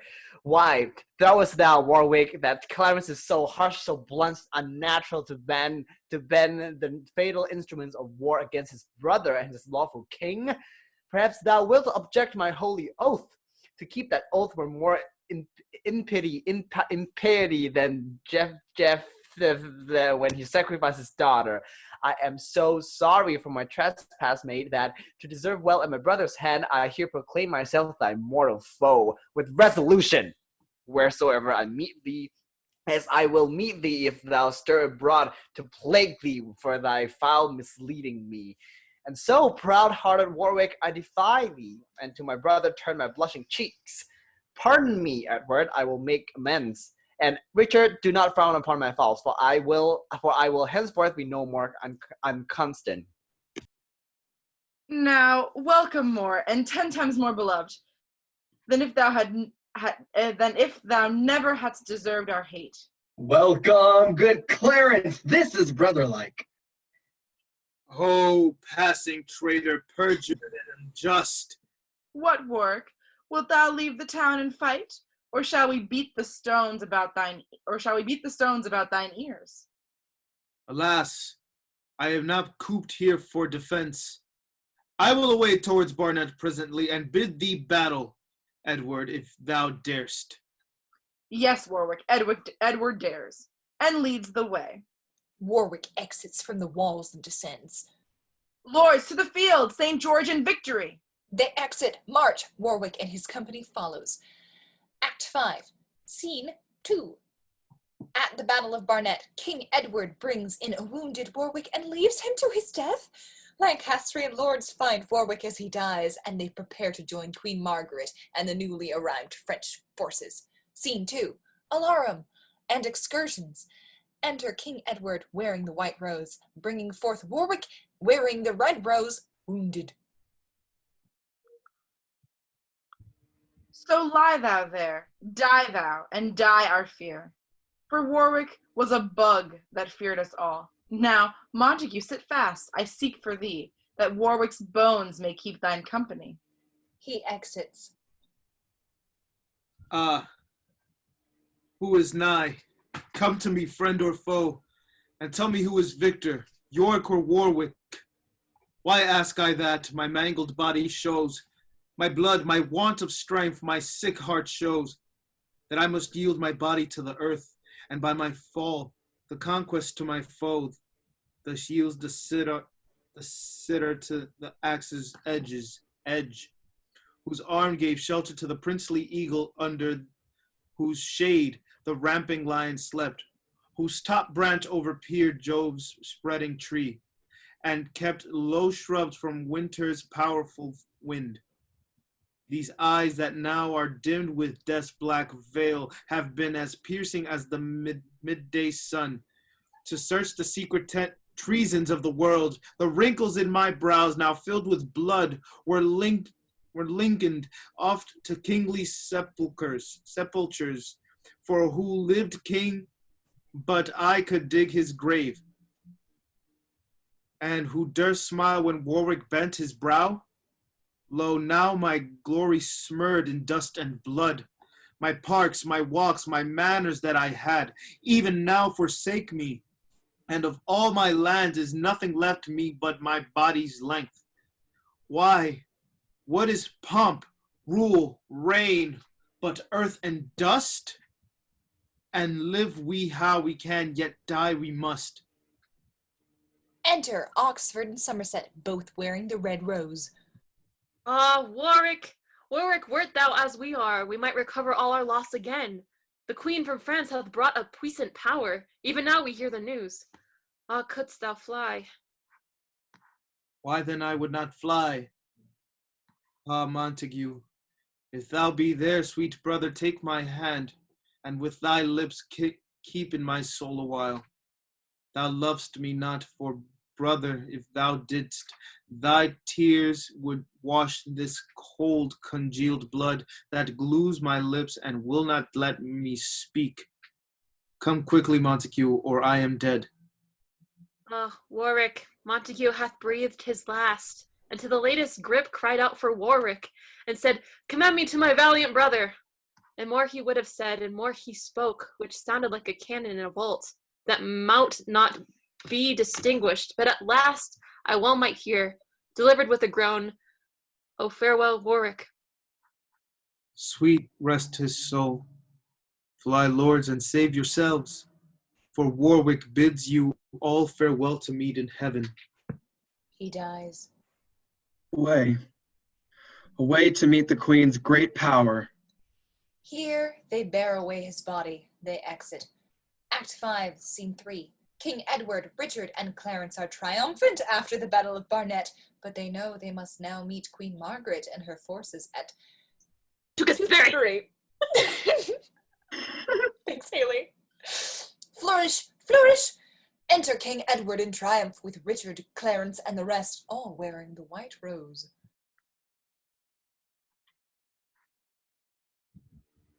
Thus far our fortune keeps an upward course, and we are graced with wreaths of victory. But in the midst of this bright shining day, I spy a black, suspicious, threatening cloud that will enter with our glorious sun, ere he attain his easeful western bed. I mean, my lords, those powers that the queen hath raised in Gallia have arrived our coast, and, as we hear, march on to fight with us. A little gale would soon disperse that cloud and blow it to the source from whence it came. Thy very beams will dry those vapors up, for every cloud engenders not a storm. The queen is valued 30,000 strong, and Somerset with Oxford fled to her. If she have time to breathe, be well assured her faction will be full as strong as ours. We are advertised by our loving friends that they do hold their course towards Tewkesbury. We having now the best at Barnetfield, will thither straight, for willingness rids way. And as we march, our strength will be augmented in every country as we go along. Strike up the drum, cry courage, and away. They exit. Act 5, Scene 4. Queen Margaret rallies her forces despite Henry's capture and Warwick's death. King Edward and his forces enter. The Battle of Tewkesbury ensues. Scene 4. Flourish, march. Enter Queen Margaret, young Prince Edward, Somerset, Oxford, and soldiers all wearing the red rose. Great lords, wise men ne'er sit and wail their losses, but cheerly seek how to redress their harms. What though the mast be now blown overboard, the cable broke, the holding anchor lost, and half our sailors swallowed in the flood? Yet lives our pilot still. Is't meet that he should leave the helm, and like a fearful lad with tearful eye add water to the sea, and give more strength to that which hath too much, whiles in his moan the ship splits on the rock, which industry and courage might have saved? Ah, what a shame! Ah, what a fault were this! Say Warwick was our anchor. What of that? And Montague our topmast. What of him? Our slaughtered friends and tackles, what of these? Why, is not Oxford here another anchor, and Somerset another goodly mast? The friends of France, our shroud and tacklings, and though unskillful, why not Ned and I for once allowed the skillful pilot's charge? We will not from the helm to sit and weep, but keep our course, though the rough wind say no from shelves and rocks that threaten us with wrack, as good to chide the waves as speak them fair. And what is Edward but a ruthless sea? What Clarence but a quicksand of deceit? And Richard but a ragged fatal rock? All these enemies Jesus. to our poor bark. Say you can swim, alas, 'tis but a while. Tread on the sand. Why, there you quickly sink. Bestride the rock, the tide will wash you off, or else you famish. That's a threefold death. This speak I, lords, to let you understand, if case some one of you should fly from us, that there's no hoped for mercy with the brothers, more than with the ruthless waves, the sand and rocks. Why, courage then! What cannot be avoided, 'twere childish weakness to lament or fear. Methinks a woman of this valiant spirit should, if a coward heard her speak these words, infuse his breast with magnanimity, and make him naked, foil a man at arms. I speak not this as doubting any here, but did I but suspect a fearful man, he should have leave to go away betimes, lest in our need he might infect another and make him of like spirit to himself. If any such be here, as God forbid, let him depart before we need his help. Women and children of so high a courage and warriors faint? Why, 'twere perpetual shame. O brave young prince, thy famous grandfather doth live again in thee. Long mayest thou live to bear his image and renew his glories. And he that will not fight for such a hope, go home to bed, and, like the owl by day, if he arise, be mocked and wondered at. Thanks, gentle Somerset. Sweet Oxford, thanks. Sorry. And take his thanks that yet have nothing else. Enter a messenger. Prepare you, lords, for Edward is at hand, ready to fight. Therefore, be resolute. He exits. I thought no less it is his policy to haste thus fast to find us unprovided. But he is deceived. We are in readiness. This cheers my heart to see your forwardness. Here, pitch our battle. Hence we will not budge. Flourish and march. Enter King Edward, Richard, Clarence, and soldiers, all wearing the white rose. Brave followers, yonder stands the thorny wood, which by the heavens' assistance and your strength must by the roots be hewn up yet ere night. I need not add more fuel to your fire, for, well I wot, you blaze to burn them out. Give signal to the fight, and to it, lords. Lords, knights, and gentlemen, what should I say? My tears gainsay. For every word I speak, you see, I drink the water of my eye. Therefore, no more but this. Henry, your sovereign, is prisoner to the foe. His state usurped, his realm a slaughterhouse, his subjects slain, his statues cancelled, and his treasure spent. And yonder is the wolf that makes this spoil. You fight injustice. Then, in God's name, lords, be valiant and give signal to the fight. Alarum, retreat, excursions, they exit. Act 5, Scene 5.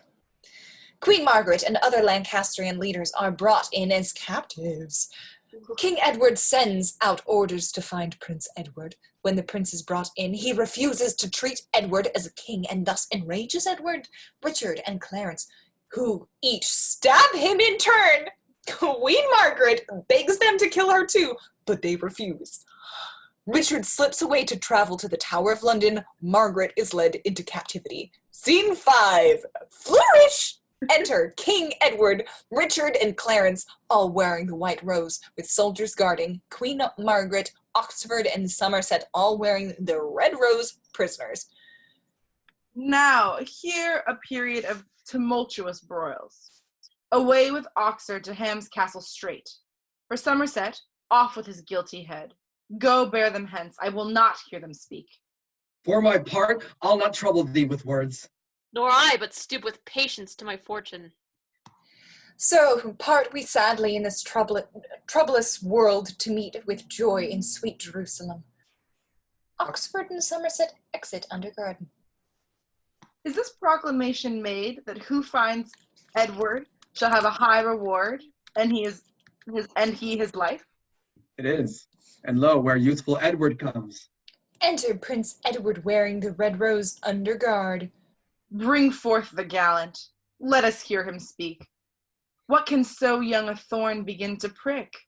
Edward, what satisfaction canst thou make for bearing arms, for stirring up my subjects, and all the trouble thou hast turned me to? Speak like a subject, proud ambitious York. Suppose that I am now my father's mouth. Resign thy chair, and where I stand, kneel thou, whilst I propose the self same words to thee, which traitor thou wouldst have me answer to. Oh, that thy father had been so resolved. That you might still have worn the petticoat, and ne'er have stolen the breech from Lancaster. How did Aesop? Yep, Aesop. Aesop. Let Aesop fable in a winter's night. His courage riddles sorts not with this place. By heaven, brat, I'll plague you for that word. Aye, thou wast born to be a plague to men.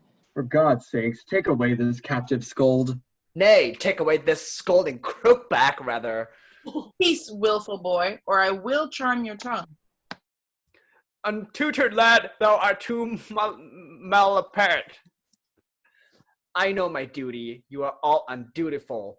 Lascivious Edward, and thou perjured George, and thou misshapen Dick. All I am your better traitors as you are, and thou usurpest my father's right and mine. Take that, the likeness of this railer here. Stabs him. Sprawlst thou? Take that to end thy agony. Richard stabs him. And there's for twitting me with perjury. Clarence stabs him. Oh, kill me too. Marry, and shall. Offers to kill her. Hold, Richard, hold, for we have done too much. Why should she live to fill the world with words? Queen Margaret faints. What, doth she swoon? Use means for her recovery. They attempt to revive her. Clarence, excuse me, to the Excuse me to the king, my brother. I'll hence to London on a serious matter. Ere you come there, be sure to hear some news. What? What? The tower! The tower! He exits. Queen Margaret rising from her swoon. Oh, Ned, sweet Ned, speak to thy mother, boy. Canst thou not speak? O traitors, murderers that stabbed Caesar, shed no blood at all, did not offend, nor were not worthy thy fuck me, did not offend, nor were not worthy blame. If this foul deed were by to equal it, he was a man, this, in respect, a child, and men ne'er spend their fury on a child. What's worse than murder, that I may name it? No, my heart will burst, and if I speak, and I will speak, that so my heart may burst. Butchers and villains, bloody cannibals, how sweet a plant, you untimely cropped. You have no children, butchers. If you had, the thought of them would have stirred up remorse. But if you ever chanced to have a child, look in his youth, to have him so cut off as deathsman, you have rid this sweet young prince. Away with her. Go bear her hence perforce. Nay, never bear me hence. Dispatch me. Here sheath thy sword. I'll pardon thee my death. What, wilt thou not? Then Clarence do it. By heaven, I will not do thee so much ease. Good Clarence, do. Sweet Clarence, do thou do it. Didst thou not hear me swear I would not do it?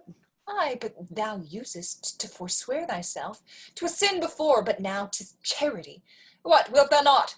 Where's that devil's butcher, Richard? Hard-favoured Richard. Richard, where art thou? Thou art not here. Murder is thine alms deed. Petitioners for blood thou ne'er puttest back. Away, I say. I charge you, bear her hence. So come to you and yours as to this prince. Queen Margaret exits under guard. Soldiers carries off Prince Edward's body. Where's Richard gone? To London, all in pose, and as I guess, to make a bloody supper in the tower. He's sudden if a thing comes in his head. Now march we hence, discharge the common sort, with pay and thanks, and let's away to London and see our gentle queen, how well she fares. By this I hope she hath a son for me. They exit. Act 5, Scene 6. Richard kills King Henry in the Tower and then begins to plot his own way to the crown. Now that King Henry and Prince Edward are dead, he decides that his brother Clarence will be the next to go. Scene 6. Enter King Henry VI wearing the red rose and Richard of Gloucester wearing the white, with the lieutenant above on the tower walls. Good day, my lord. What did your book so hard? King, you're muted, King.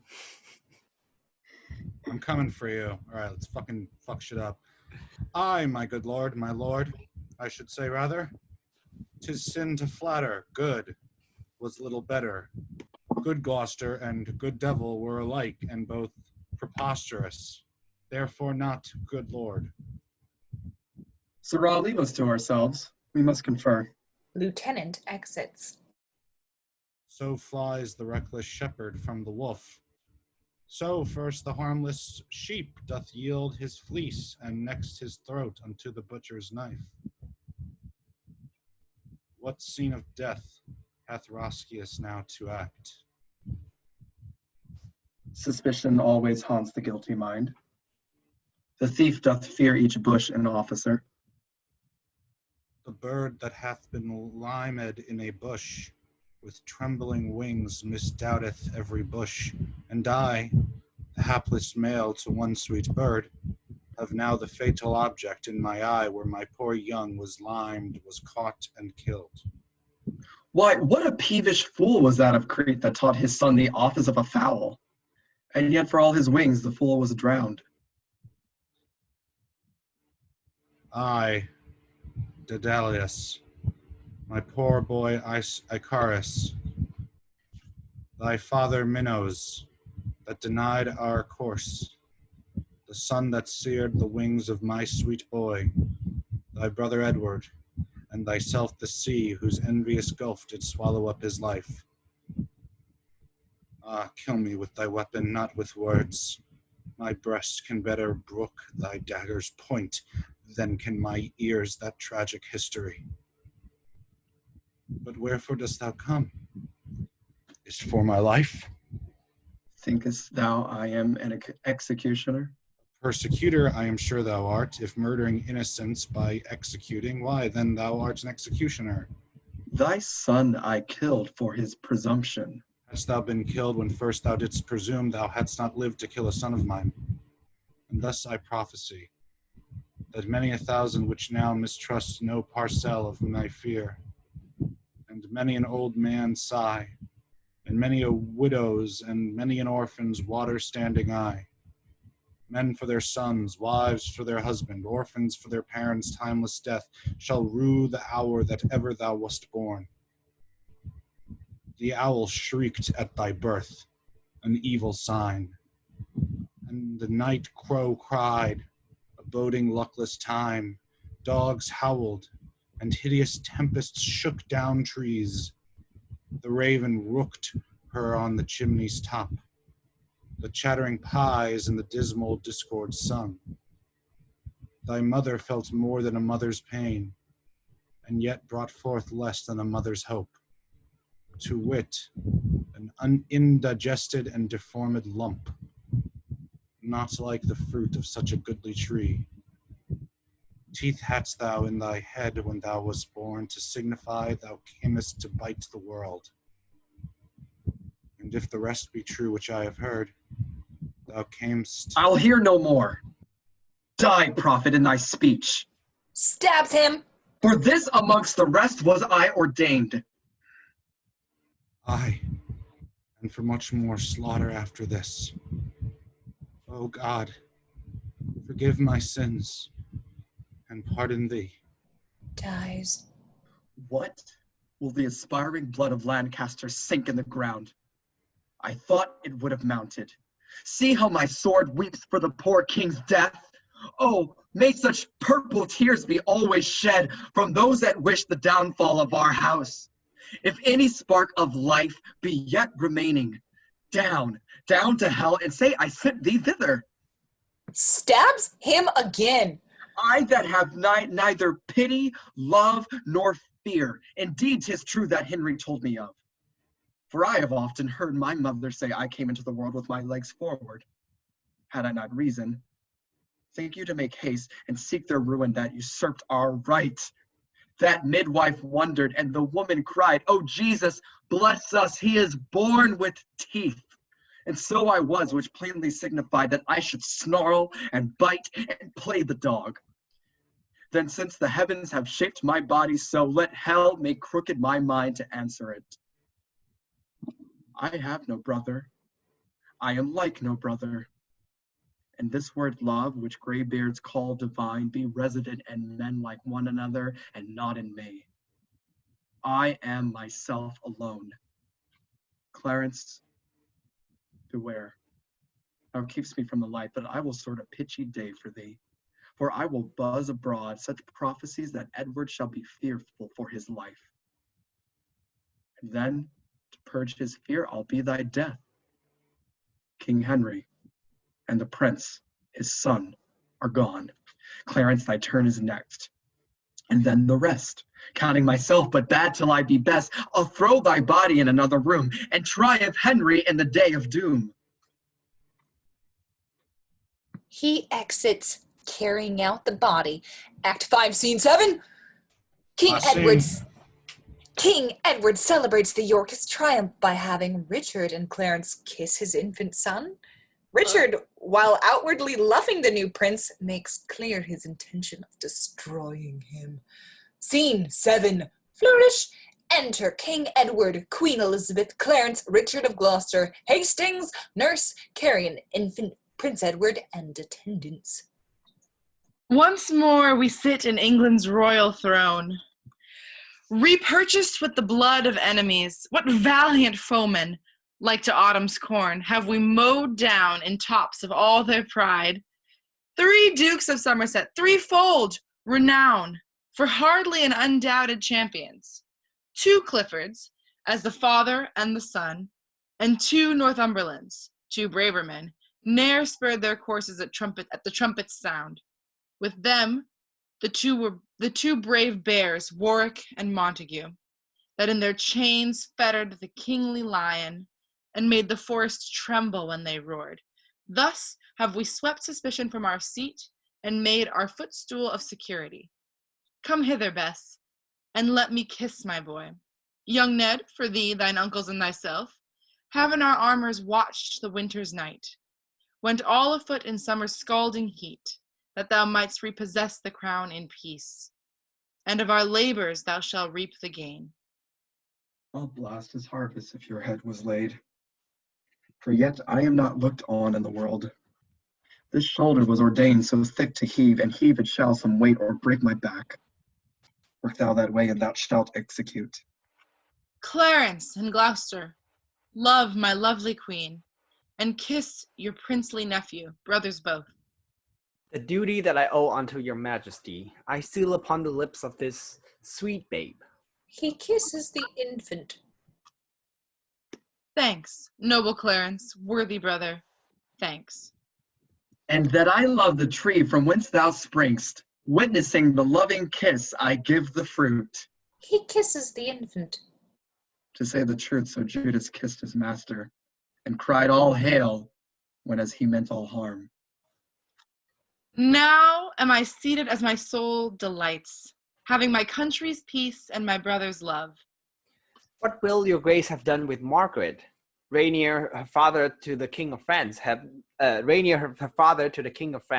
pawned the Sicils and Jerusalem, and hither have they sent it for her ransom. Away with her, and waft her hence to France. And now, what rests but that we spend the time with the stately triumphs, mirthful comic shows, such as befits the pleasure of the court. Sound the drums and trumpets, farewell, sour annoy, for here, I hope, begins our lasting joy. Flourish, they all exit. The end. A really fucked up play. Extremely upsetting. And then Richard III's next. Yeah. So that'll be Sunday, correct? Correct. That's a Okay, fun cool. sequel.